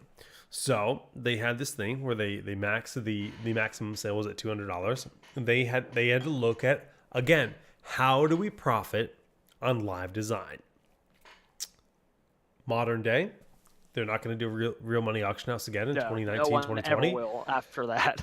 But they'll probably sell cosmetics or something. And if that's their execution and they sell cosmetics, they sell fancy auras, they sell fancy wing. You get a collector's edition for StarCraft 2 and you get Kerrigan's wings on your Diablo character, stuff like that. They want to sell that stuff for $5, whatever. Fine. I think that's fine. a good way to do it. That goes back to the Borderlands conference. yeah. Microtransactions, loot crates, fine. No balance though. Purely cosmetic. So I hope they do that. I hope it's good if it's a thing. But Can we talk about fucking basketball before the end of the goddamn show? do Goddamn. I expect a new IP? I do not. No, I do not. I do not expect anything worthwhile from me at BlizzCon this year. Unless the next World of Warcraft expansion is announced, and it is awesome, but I don't know. I'm They would curious announce where they would another go. WoW expansion. What are you thinking, dude? No way. No way in hell. Why wouldn't they ask? BFA is almost up. Now, We're because we're running out of. we're coming up to the last. We're yeah, coming we're up. to the last part. What do you mean? Ashar's the last patch. You're 8.3. dumb if you think there's no chance because Are you we're serious? almost done with BFA. Yeah. Yes, every WoW expansion lasts about a year now, dude. Yeah, A year to year and a half. 8.3 is probably going to be the last expansion, but I'm really curious where we're going to go because everyone thought Ashara would be the next. We are 100% Expansion. getting an announcement at BlizzCon of Yeah. something, like expansion-wise, especially if there's no games coming. It has to be Old God. It has to be. It has to be Enzoth. It has to be. I don't know. It has to I be. think for me to be excited for the next WoW expansion, I need a new class. or something game changing, something just Hate new class. But even after the new class Demon Hunter, that was shit too. No, I do not know what You could know get what me the- re-excited in the retail. common now. rumor New is? class is not the answer. No, you're right. I agree. The common rumor is the new class is Tinker. That's been for like 8 years now. No? Yes. Yeah, it literally has been. The new male Yeah. class. It's going to be another male class because they haven't had a male class in a longest time. Because Male class? Male. Male. You're talking about male. MAIL. Male plate cloth leather. Between Male. plates. Oh, male. I was like, I'm not going to be a postal worker. Yeah, you're right. You're not. But male. Chain mail. That makes sense. I mean, we do need. Well, first of all, you talk about never adding a male user. When did they add a cloth user? When did they add a caster class to the game? Oh, right, vanilla. We haven't gotten a new caster since Warlock, Priest, and Mage. Because what is it? DK? DK, Pandas? then Pandas, and then Monks are Brewmasters, So and then plate, Demon plate, Hunters. leather. Right, I'm just saying, Yeah. you can't make the argument because they haven't made a male whaler. What about clasters, man? Where's the cloth love? Clasters. Clasters, man. I don't know. A Tinker would not get me excited now that I think about it, because the Demon Hunter was such a burn. No, Tinker me. sounds awful. Like, By the way, I mean, beer enthusiasts, you'll realize how sacrilegious this is. I have Landshark by Anheuser-Busch in a treehouse glass. you're fine. They're comparable. Jared, Treehouse is like one of the top 5 rated breweries in the world. Allegedly. Right on. So I mean, maybe they would have to do something completely world altering, like neutral factions for PvE or something. Something like that. It'd have to be very game changing for me to be re-interested in WoW. We can't talk about that right now. We can't. Yeah, we gotta talk about basketball. So fuck off. Let's go. Go AFK for 2 minutes. Give me my segment. Have fun. Bye. All right. So what calls? Okay. So Tyronn Lue. Celtics lost. Oh, the Celtics did lose. Yeah, they lost by like I mean, 7. great. So was that 2-1 now? Yeah, 2-1. Giannis just gets every call. Hey, But yeah, it's better to be 2-1 instead of the soon to be 3-0. I know. Well, they're in Houston now. You don't know that. No, but Tyronn Lue, he's gonna get hired because Monty went to the Suns and he was the only other person. Interesting. Yeah, I hate the fact that Toronto, the curse is living up to what it is. They Oh look my so god! bad. You see that shot of Kawhi's face when he was looking at, like, he looked actually just broken. Yeah, because what else can he do? I don't know. Kyle Lowry's so bad. So bad. He is like, So bad. and he got punched in the nuts. Did you see that? Yeah, I did see that. I am very shocked by the whole Toronto situation. They looked so good the first game, and then it just I don't know. different team. Um, Drake must have showed up at a game or something. I know you don't like them, but I do want to talk about Philly just a little bit. Jimmy Butler, man. He is good for him. something fucking else, man. He wants to get paid. Whoo, boy, dude. He, like, the start of this, like, he's always been an iffy player to me, and then the start of this year, he came off almost like a villain, like a very bad guy. based off the Minnesota Timberwolves painted him so stuff. bad, yeah.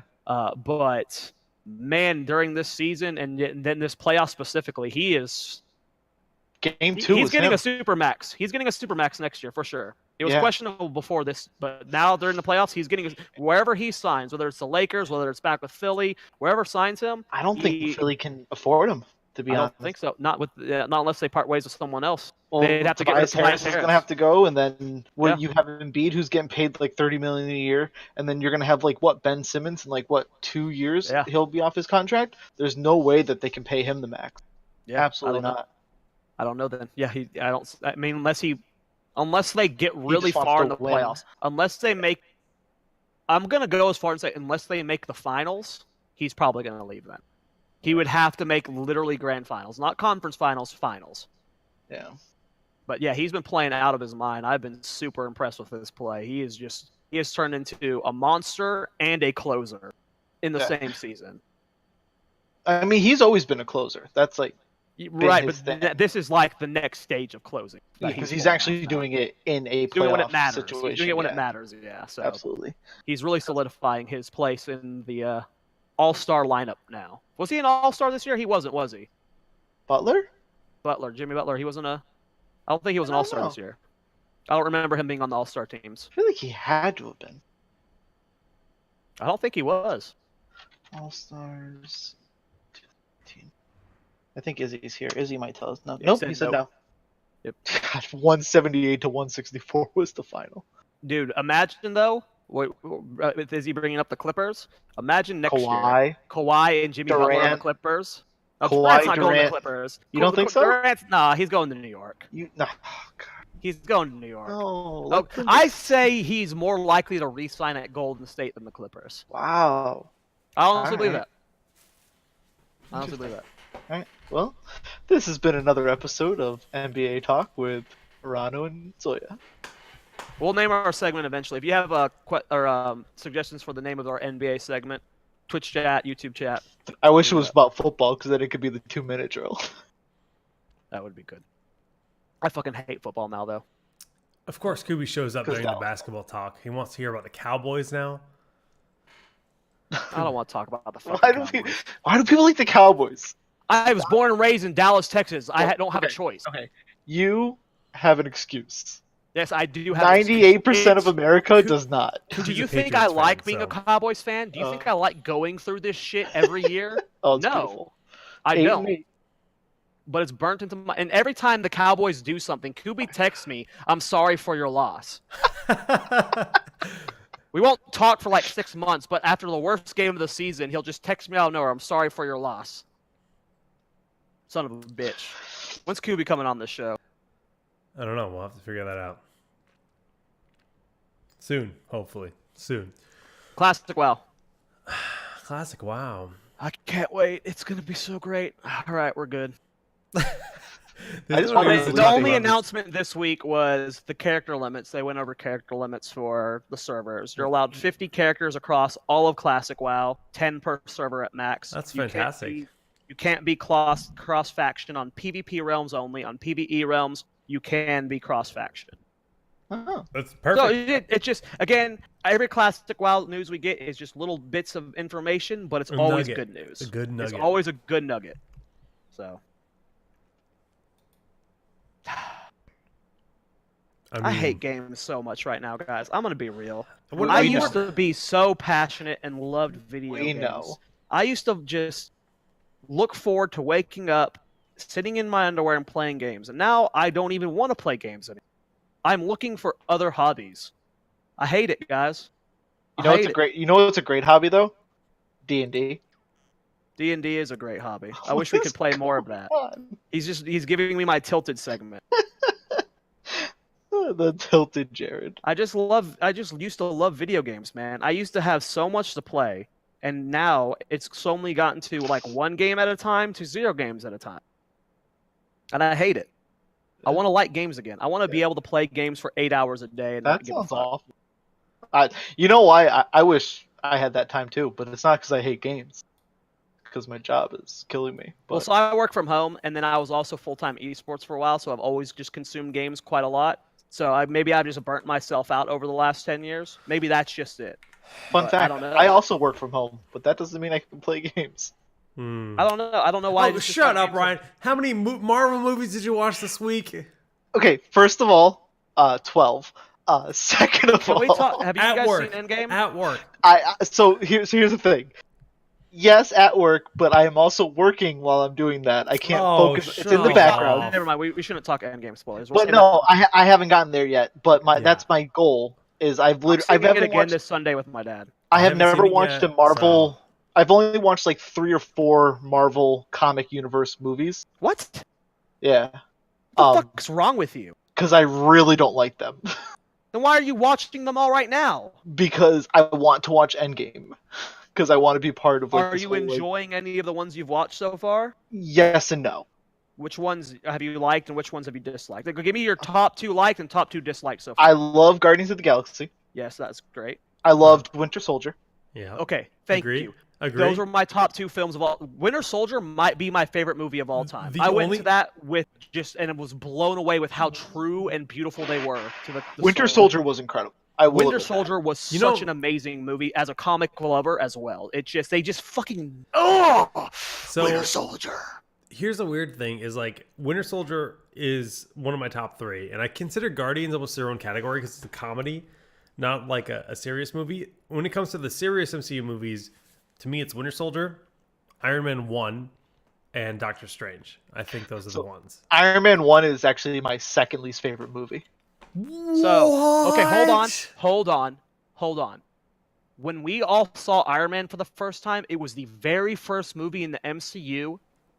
It was made in 2008. The CGI back then. And if you go rewatch Iron Man 1, the story is so basic level. His villain is his corporate partner. And all it is an Iron Man. So watching it now as your first movie, I can see why you wouldn't like it as much as we hold it to this revered standpoint. Because when it came out in 2008, oh boy. Also, to kind of go with that, I am a Iron Man hater. Like I have hated Iron Man for like shit, but I love him. Damn it! I hate him. I hated him in Civil War in the comic books. Right. He's a pro. Robert Downey Jr. has such a fucking charming job of the character. I disagree. I can't stand his character. I'd be so gay for him, dude. But my least favorite movie is Age of Ultron. That is the most boring piece of crap movie I've ever seen. You're putting The Incredible Hulk with Edward Norton below Age of Ultron? They're all 3 of them are like right there. Okay. I can accept that. Incredible Hulk is a Age whole of Ultron pile is of big, shit, dude. Age of Ultron is pretty bad. Yeah, and actually, as a completely serious note, I just sent someone a message earlier with my like list of them, and it's Iron Man, Incredible Hulk, and Age of Ultron. They're all 3 at the bottom. Yeah, and then followed by Civil War. I mean, I agree. That makes sense for someone like you. Mine's Iron Man. I mean, Iron Man 2 is raw ass. So dude. the 3 worst for me specifically is the 2 you mentioned minus Iron Man plus Thor: The Dark World. Thor: The Dark World is pretty shit. I skipped it because everyone said that. What is that? You haven't seen the second Thor move with the Dark Elves and the it has reality zone. It's inside. No, I skipped it. But Ragnarok has got like. Well, Ragnarok is okay. Okay, skip the. Move on. Ryan's about to piss me the fuck off. Ragnarok was not a Thor movie. It should have been. It was a good movie. It's middle tier for me. A lot of people said it was like god tier and like this great comedy film or whatever. It was. I enjoyed myself, but I probably will never watch it again. We are looking to replace our third seat here on the Tilted Tavern. It's been fun. Again, I think this is another situation where Ryan is, because he's mass consuming them all at once. We got to see the development of Thor as a character over, 8 years before Ragnarok came out?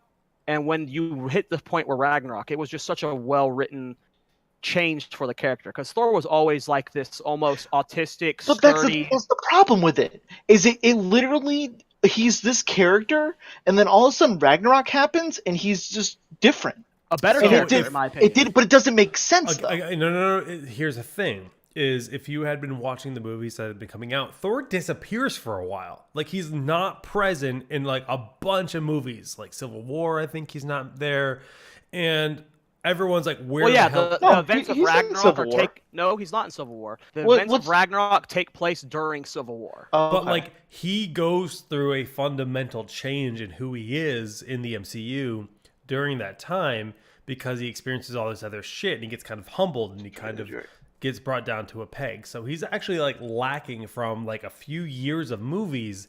And my main complaint about the early movies was Thor was a very boring character. He was very poorly written. He was just this big brute of an Asgardian. That's Thor. Right, but now we have character development. Why is that's Thor. My favorite character from Thor is not character development. Thor is a big brute character. That's just who he is as a core. And all of a sudden for him to start cracking jokes and being like, oh, this is my friend. I know him. I've known him for years. Why are you fighting me? In that sense, Ryan, Thor is a box office bust. And he should never have been one of the main characters then, because he was so boring. That's why Dark World is considered the worst movie almost of all of them. Okay. Is because he's such a boring character on the surface. Ryan definitely didn't see this. Before Ragnarok came out, they released all these YouTube videos where Thor is living with this guy named Daryl, and like they're like roommates, and they're just kind of hanging out in their day-to-day life doing God See, you knows just what. laughed. This is better than original Thor. So this is how they prefaced kind of Ragnarok. Look how where silly he looks, Ryan. it was But silly. that doesn't. That's fine. I understand it's a Separate change from the comics Thor. I completely agree. However, I feel like for the cinematic universe, for MCU, this is a better Thor. You guys Go watch people. Ryan, People in Ryan, chat go have watch that. Dark World. Please go watch Dark World. And here's the other thing. Like when in Thor Ragnaros. Wow, I just said that.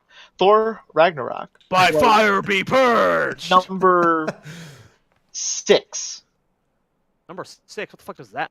You can't just So say like that was my 6th favorite movie out of what I've watched. So oh, see, that's pretty good. That's pretty good. so that's what I'm saying. Like I'm not saying it's a bad movie. I didn't like Thor. I think that out of everyone, a lot of people said to me going in, and maybe this was people's expectations built up for me, that this was an incredible movie. It was such a good comedy, all this stuff. But then at the end of the day, I'm like, this is not Thor. Like, this is not the Thor that I know and love. I agree. And It's different. what a lot of people who are watching these MCU movies might not be coming in with this. They literally don't know Thor, and they see it as a funny, better version of Thor. But that's Sure. not I mean, Thor. I get It your needed point, to happen, but- though. Go watch Dark World and then watch Ragnarok. And it Yeah, had to happen. I'm actually going to go back to Dark World after, because I want to get to... It might be my least favorite. Dark World might actually be bottom. That's wow. Okay. It's Yeah, no, pretty I've bad. heard that before. That's one of the reasons I skipped it. I skipped that. I skipped the 2 other Iron Mans. And that's I it. feel like, yes, it's different from the Thor comics books, but this is a more realistic Thor. This is a Thor that's changed because off of these interactions with people and how the world has shaped him and the loss of his family and his friends. He's literally just been a god for 1,000+ years, and over the last 10 years he's been in the MCU, he's gone through the death of his mom, who All dies right. in Dark All right, World. we can stop He talking goes about Thor lore. No, you can fuck off. We're gonna finish this conversation. I'm gonna get my point across, you fucking piece of shit. His mom died. His dad died. He lost half his people. He's gone through some shit, man. He's gonna change, you know. This is more that Thor's gone through more in the MCU than he will ever go through. Jared, lost while so you're much. while you're dumping Thor lore on us, his last name actually Odinson. Odin's son. Odin's son. He's Fucking Odin's idiot. son. So Odin's so, son. so watch Google Thor Odin's son and Daryl Jacob's son. If you I'm want sure to if I watch just these Google these- Odin's son, 'cause- those are funny ass commercials or whatever. I don't know what they were I They think those were were- Civil okay. War promotions, right? So the director of Ragnarok is a Australian Taika Waititi or or something or like New that. Zealand director who has actually done some really interesting movies. He's really just kind of a weird guy that has like his own weird sense of humor. And he has regular actors that are in pretty much every movie he makes. Those actors are actually in Ragnarok. The weird rock guy that's like Australian. Mhm. That's one of his regular. No, that's him. Or that's him, rather. Yeah, you're right. Korg is Taika Waititi. Yeah, or whatever his name. I forget he acts in his own movies too. Anyways, yeah, I watched this movie about a fat kid that gets sent to a foster home in the middle of the woods, and they get really. high Stop in calling the woods. Australian, Jake. He's freaking New Zealand. I said I wasn't sure Australia or New Zealand. Get it okay? together, man. God, You're so we- racist towards New Zealanders. Yeah, I am. Kiwis, get out of my house. Those Um, commercials were funny as fuck, though. I We agree. got to review this beer. Oh, the, right. The We- beer this show's that a mess, Jared dude. picked. So that means Arano gets to pick our beer for next week. We'll have to figure that out. Yingling. What? Well, if Jared can find Yingling, we'll do Yingling next week. But this week, Jared couldn't find Yingling, so he ends up getting Landshark Premium Lager. It's a 12-ounce island style lager. Fins up. This Yep. is made by Anheuser-Busch. Jimmy Buffett. One of their things. It is the flagship beer of Jimmy Buffett's Fans to the restaurants left, from fans to Florida. the right. I don't even know what you're doing. That's a song. Can I It's a review Jimmy first? Buffett song. Can I review first? Yeah, of course. It's your beer. That's the one you opened? It's not very good. It tastes It's like not. shit. This is worse than last week's. It's a Bud Light. Honestly. This is worse than last week's. This is infinitely worse than last. This is a 2 to me. This is a number. Absolutely. This is a 2 to me. This is shit. This is absolute dog shit. It's a This Bud is all I Light. drank. This is booty. I did not like this. Is what did I give last week? A 4? You gave it a 3, Yeah. Jake? Yeah. Give it a 2 this week. I did not enjoy this at all. I'll drink the rest of this because I should, but this is Yeah, shit. I mean, I'm gonna be completely honest with you. I will drink Landshark. Actually, it was one of my dad's favorite beers, but he was also a huge Parrot head, so I think his views was a little skewed. Parrot head. What the hell does that mean? Yeah, thank sorry. you, Jake. Jimmy Buffett fan. That's what they're called. They're called Parrot heads. Why? Okay, I learned Elaborate. something today. No, I want to know why they're called parrot heads. Because that's honestly, I can't think of. Okay, the I'll actual Google reason. it while you're right. I'll Google it while you're right. So, but I'm also a Bud Light drinker, so like I enjoy this beer, but I'm also not going to. I'm never gonna try to convince you that Bud Light's a better beer than Treehouse. I'm just not gonna do it because I know better. But I drink it. I would probably put this at a 3. It's not a very good beer. It even has like that little Corona like skunk taste to it, which I'm not a huge fan of. But I would drink it. But I would also probably drink anything. So I'm not really. Before you give your review, Jake, this might change how you review it. At a show, Buffett commented about how everyone wearing Hawaiian shirts and parrots hats and how they kept coming back to see his show like the Deadheads. That's why they're called parrot heads, because he was at a show and they all wore parrot hats. What is a parrot hat? I have A so hat many- that, like, you know those Disney hats that are like animals that like the beak comes over the head or something? I'm assuming that's what a parrot hat is. It's a hat that like the front turns into a beak and it's got... I don't Dude, know, That Jake. would be the most. I don't know, That would be Jake. the most dangerous mosh pit ever. Everyone's impaling themselves with beaks. Anyways, no, that's ridiculous. Oh, Jimmy- please tell me it's this. Where is this getting posted? Discord. Oh. I hope they were all wearing this. I hope they were all wearing this.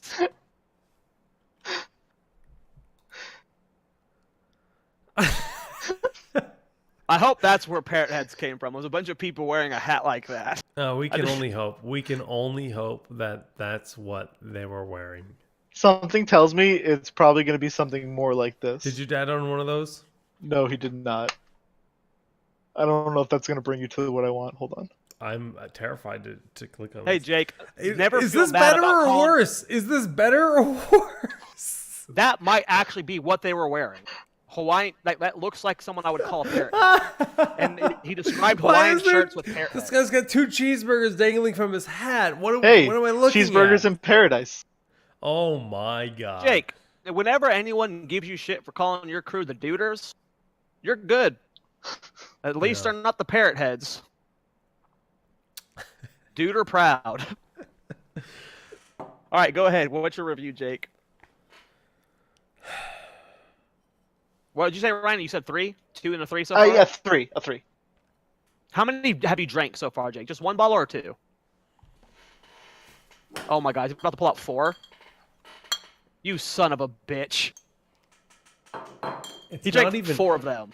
He likes it. It's not even beer. No, I don't like it. I know. It doesn't have Better a than good Stain, taste. though. It It does doesn't not have a good taste. at I all. didn't get water before I did the show today, so I've been thirsty since I got home. So I keep drinking. And it's such a light ass beer. Yeah. And I know I'm not hydrating myself, but I'm keeping my throat moistened. And I really, I actually don't dislike Corona. You dislike Corona. Skunked.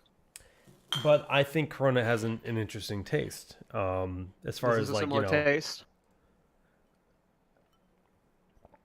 But if I was to compare this to like a proper lager, it's wrong. There's nothing good about it. There's no redeeming quality. See, this I give makes it me happy.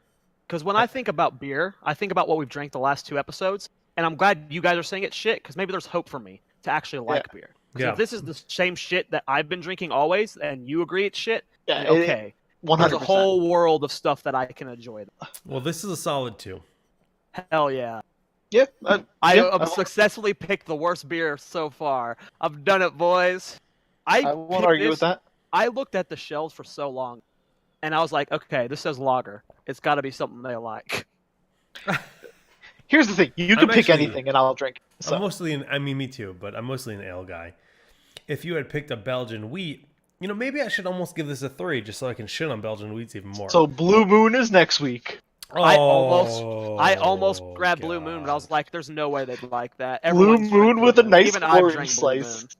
Even I drank Blue Moon, so I knew not to get it. I saw it there. I was like, "No, I can't get that. I gotta get something random." So All right, let me just give a quick story about this, and I'll probably tell the story again next week. But Blue Moon was like the first beer I started drinking regularly. You know, this is 21-year-old Jake, maybe 18-year-old Jake illegally I drinking. think that was my first beer too, sir. A long time. No, my first beer that I ever consumed was Sam Adams, which we started with for that reason. Ah, okay. But Blue Moon was the beer that I would regularly buy, but I absolutely despise it. But I guess we'll save that for next week because I haven't had a Blue Moon in Are we actually doing least Blue Moon? Why not? 6 Let's years. do God damn it! We're doing this show to get me liking beer. Why Oh, are we okay. drinking shit Well, no, beer okay, I've okay. tried? Okay, so Jared, I need you to do me a favor, and I need you to kind of get me some generic beers that you are able to obtain, or even maybe not some generic beers, just so we can. I want to get you a beer next week that I'll you go can to my try liquor and kinda store like. and I'll send you pictures of their I shots. already Yeah. asked you for that, and you haven't done it for I me. know, but it came from you and not someone rational like Rano. So we're doing Blue Moon next week because we're announcing it live on the show. Well, maybe we can have two though. We can have him do like a second one, like to try. Don't you Just have like a something keto only he like can have. limit per day? No, because there's going to be beers that only he can have, and there's going to be beers that we can all have. That is true. Okay. There will be things there that because we already know. So Because he's that- gonna. since So you my is missing. objective with this is Give me- not to stop, make stop. him have something that we can have. I want to know what he has for choices, and I will do research We're and then gonna give him. I don't even need to do the research because that's what dude. I love beer. We're gonna do Fat Tire next week because I know Jared can get Fat Tire. You're 4 beers in and you can't hear Rano. What Rano is saying is he doesn't know what I have. We thought we'd have Youngling, the #1 thing in the Hey country, Jared, and I didn't Jared, have it. Fat Tire is the Texas beer. That is the beer from Texas. I'm If- just saying. You said last week there was no chance I wouldn't have Youngling. You can't Ye- fault him for thinking this. Yingling. Youngling. I'm pretty sure that New Belgium is Colorado. Let's have Toonlink instead. What? I'm Am I almost wrong? positive it's Colorado, but I don't want to call you out. You might be right. It is Colorado. Listen. Fucking A.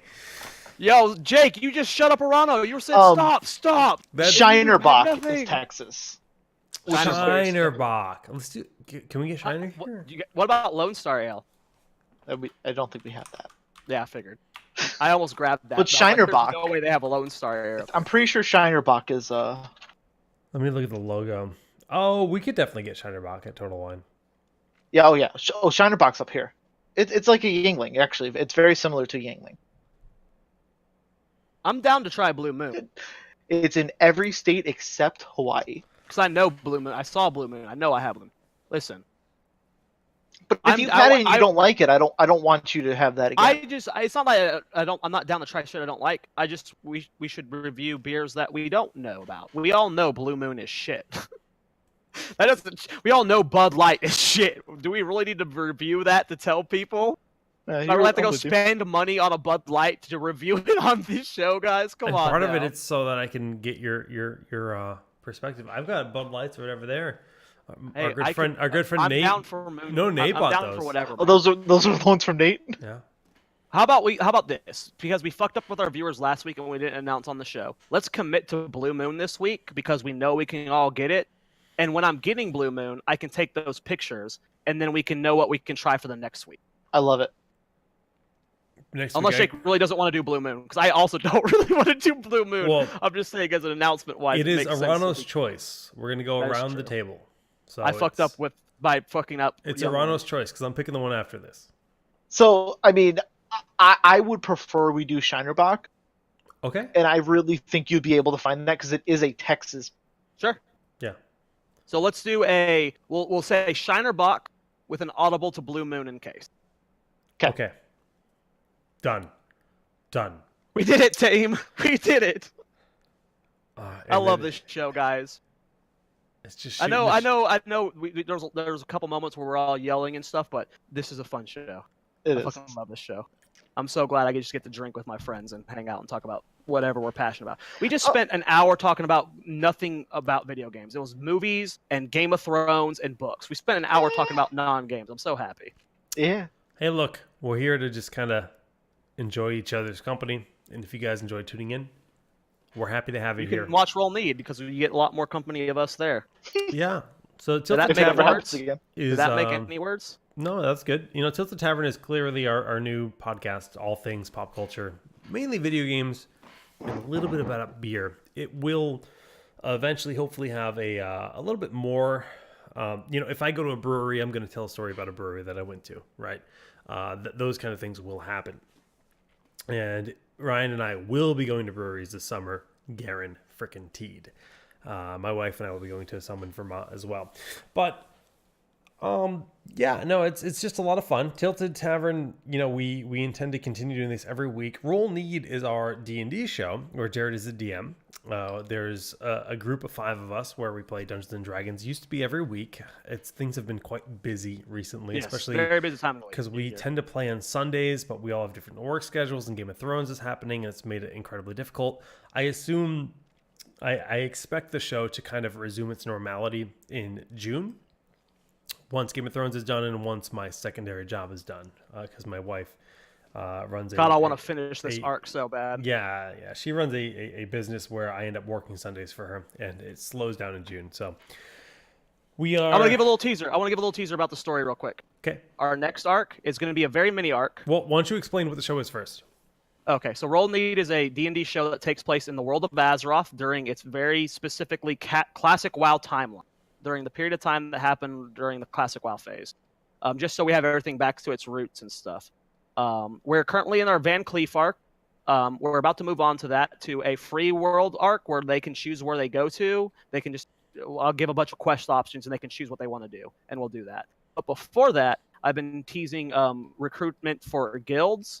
So we're going to be doing a guild recruiting festival, and it's taking place at the Dark Moon Fair. Yes! It's gonna be so fun. I've been working on that. It's only gonna be like a 2 to 3 episode arc. It's a very, very mini arc. I don't even want to call it an arc. I want to call it like the end of the VC arc, just like a finale for it. But yeah, we're going to the Dark Moon Fair. It's gonna be a lot of fun.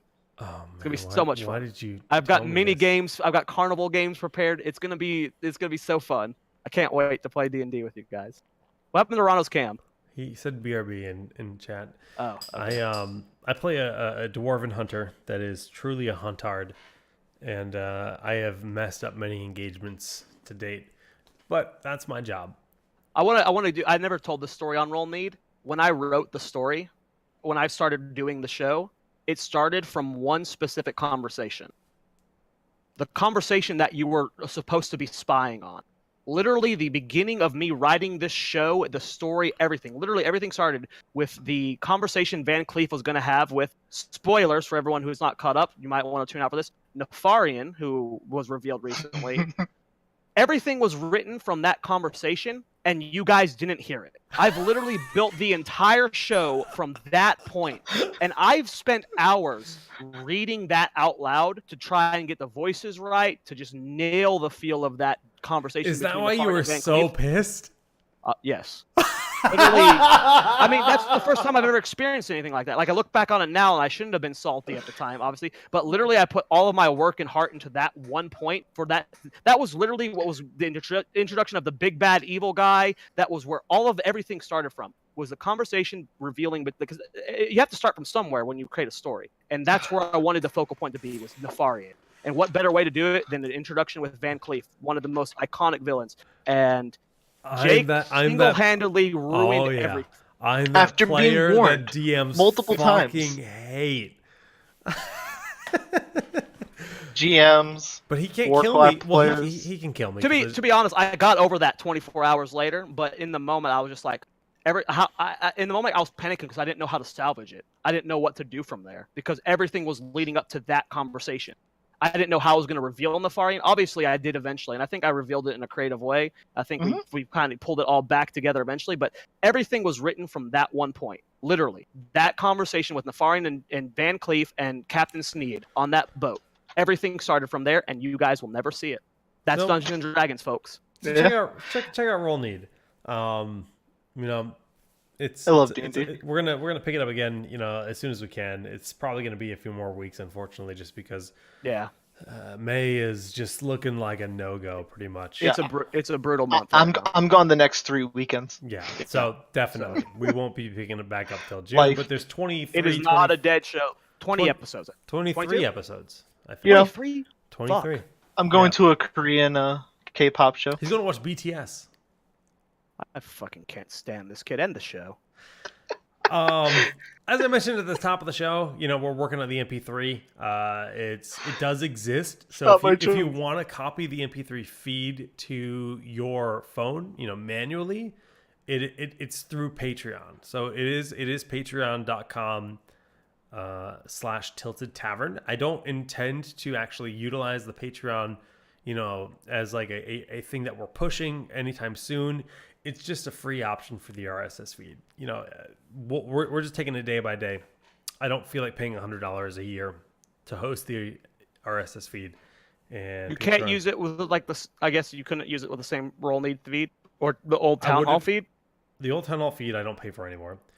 And the Roll Need feed I could pay for a multi-show account, but that would then cost me additional money, and I already paid over $100 for that. So I basically realized Patreon offers it for free because it's a service that people tend to pay for. And we'll utilize that eventually, sure. Okay. But that's where the RSS feed exists for now if you're looking to download it there. So that's that. YouTube.com/SolidJakeGG. The show is live on Twitch.tv/SolidJakeGG. Right now we're doing Fridays, but we do have some pretty spontaneous schedules, so we'll keep you guys posted on Twitter.com/tilted_tavern. That's it, right? We good? Shout outs. That would be it. Does it Shout have outs. to be? Shout outs. Let's go. I only want to do one shout out this week. It's to the Blue Blood RP server that I've been playing Grand Theft Auto RP on. None of them are watching the show. I haven't told them about it. But, if you guys like GTA RP, check out Google Blue Blood RP. That's a server I play on, and I've been having a lot. That's the only game I'm enjoying right now besides Mordhau. So, and that's not really a game. It's RP, so. Yeah. Yeah, I don't have any shout-outs. Yeah. Shout out to you guys for checking out our new show. Shout out to again, Landshark. I do love Jimmy Buffett. I do love his music. Hey, and they were twist off, so I didn't have to almost break Oh, there my you hand go. opening them. Yeah. That's why you get the can. Shout outs to the parrots. The parrot heads. The parrot heads.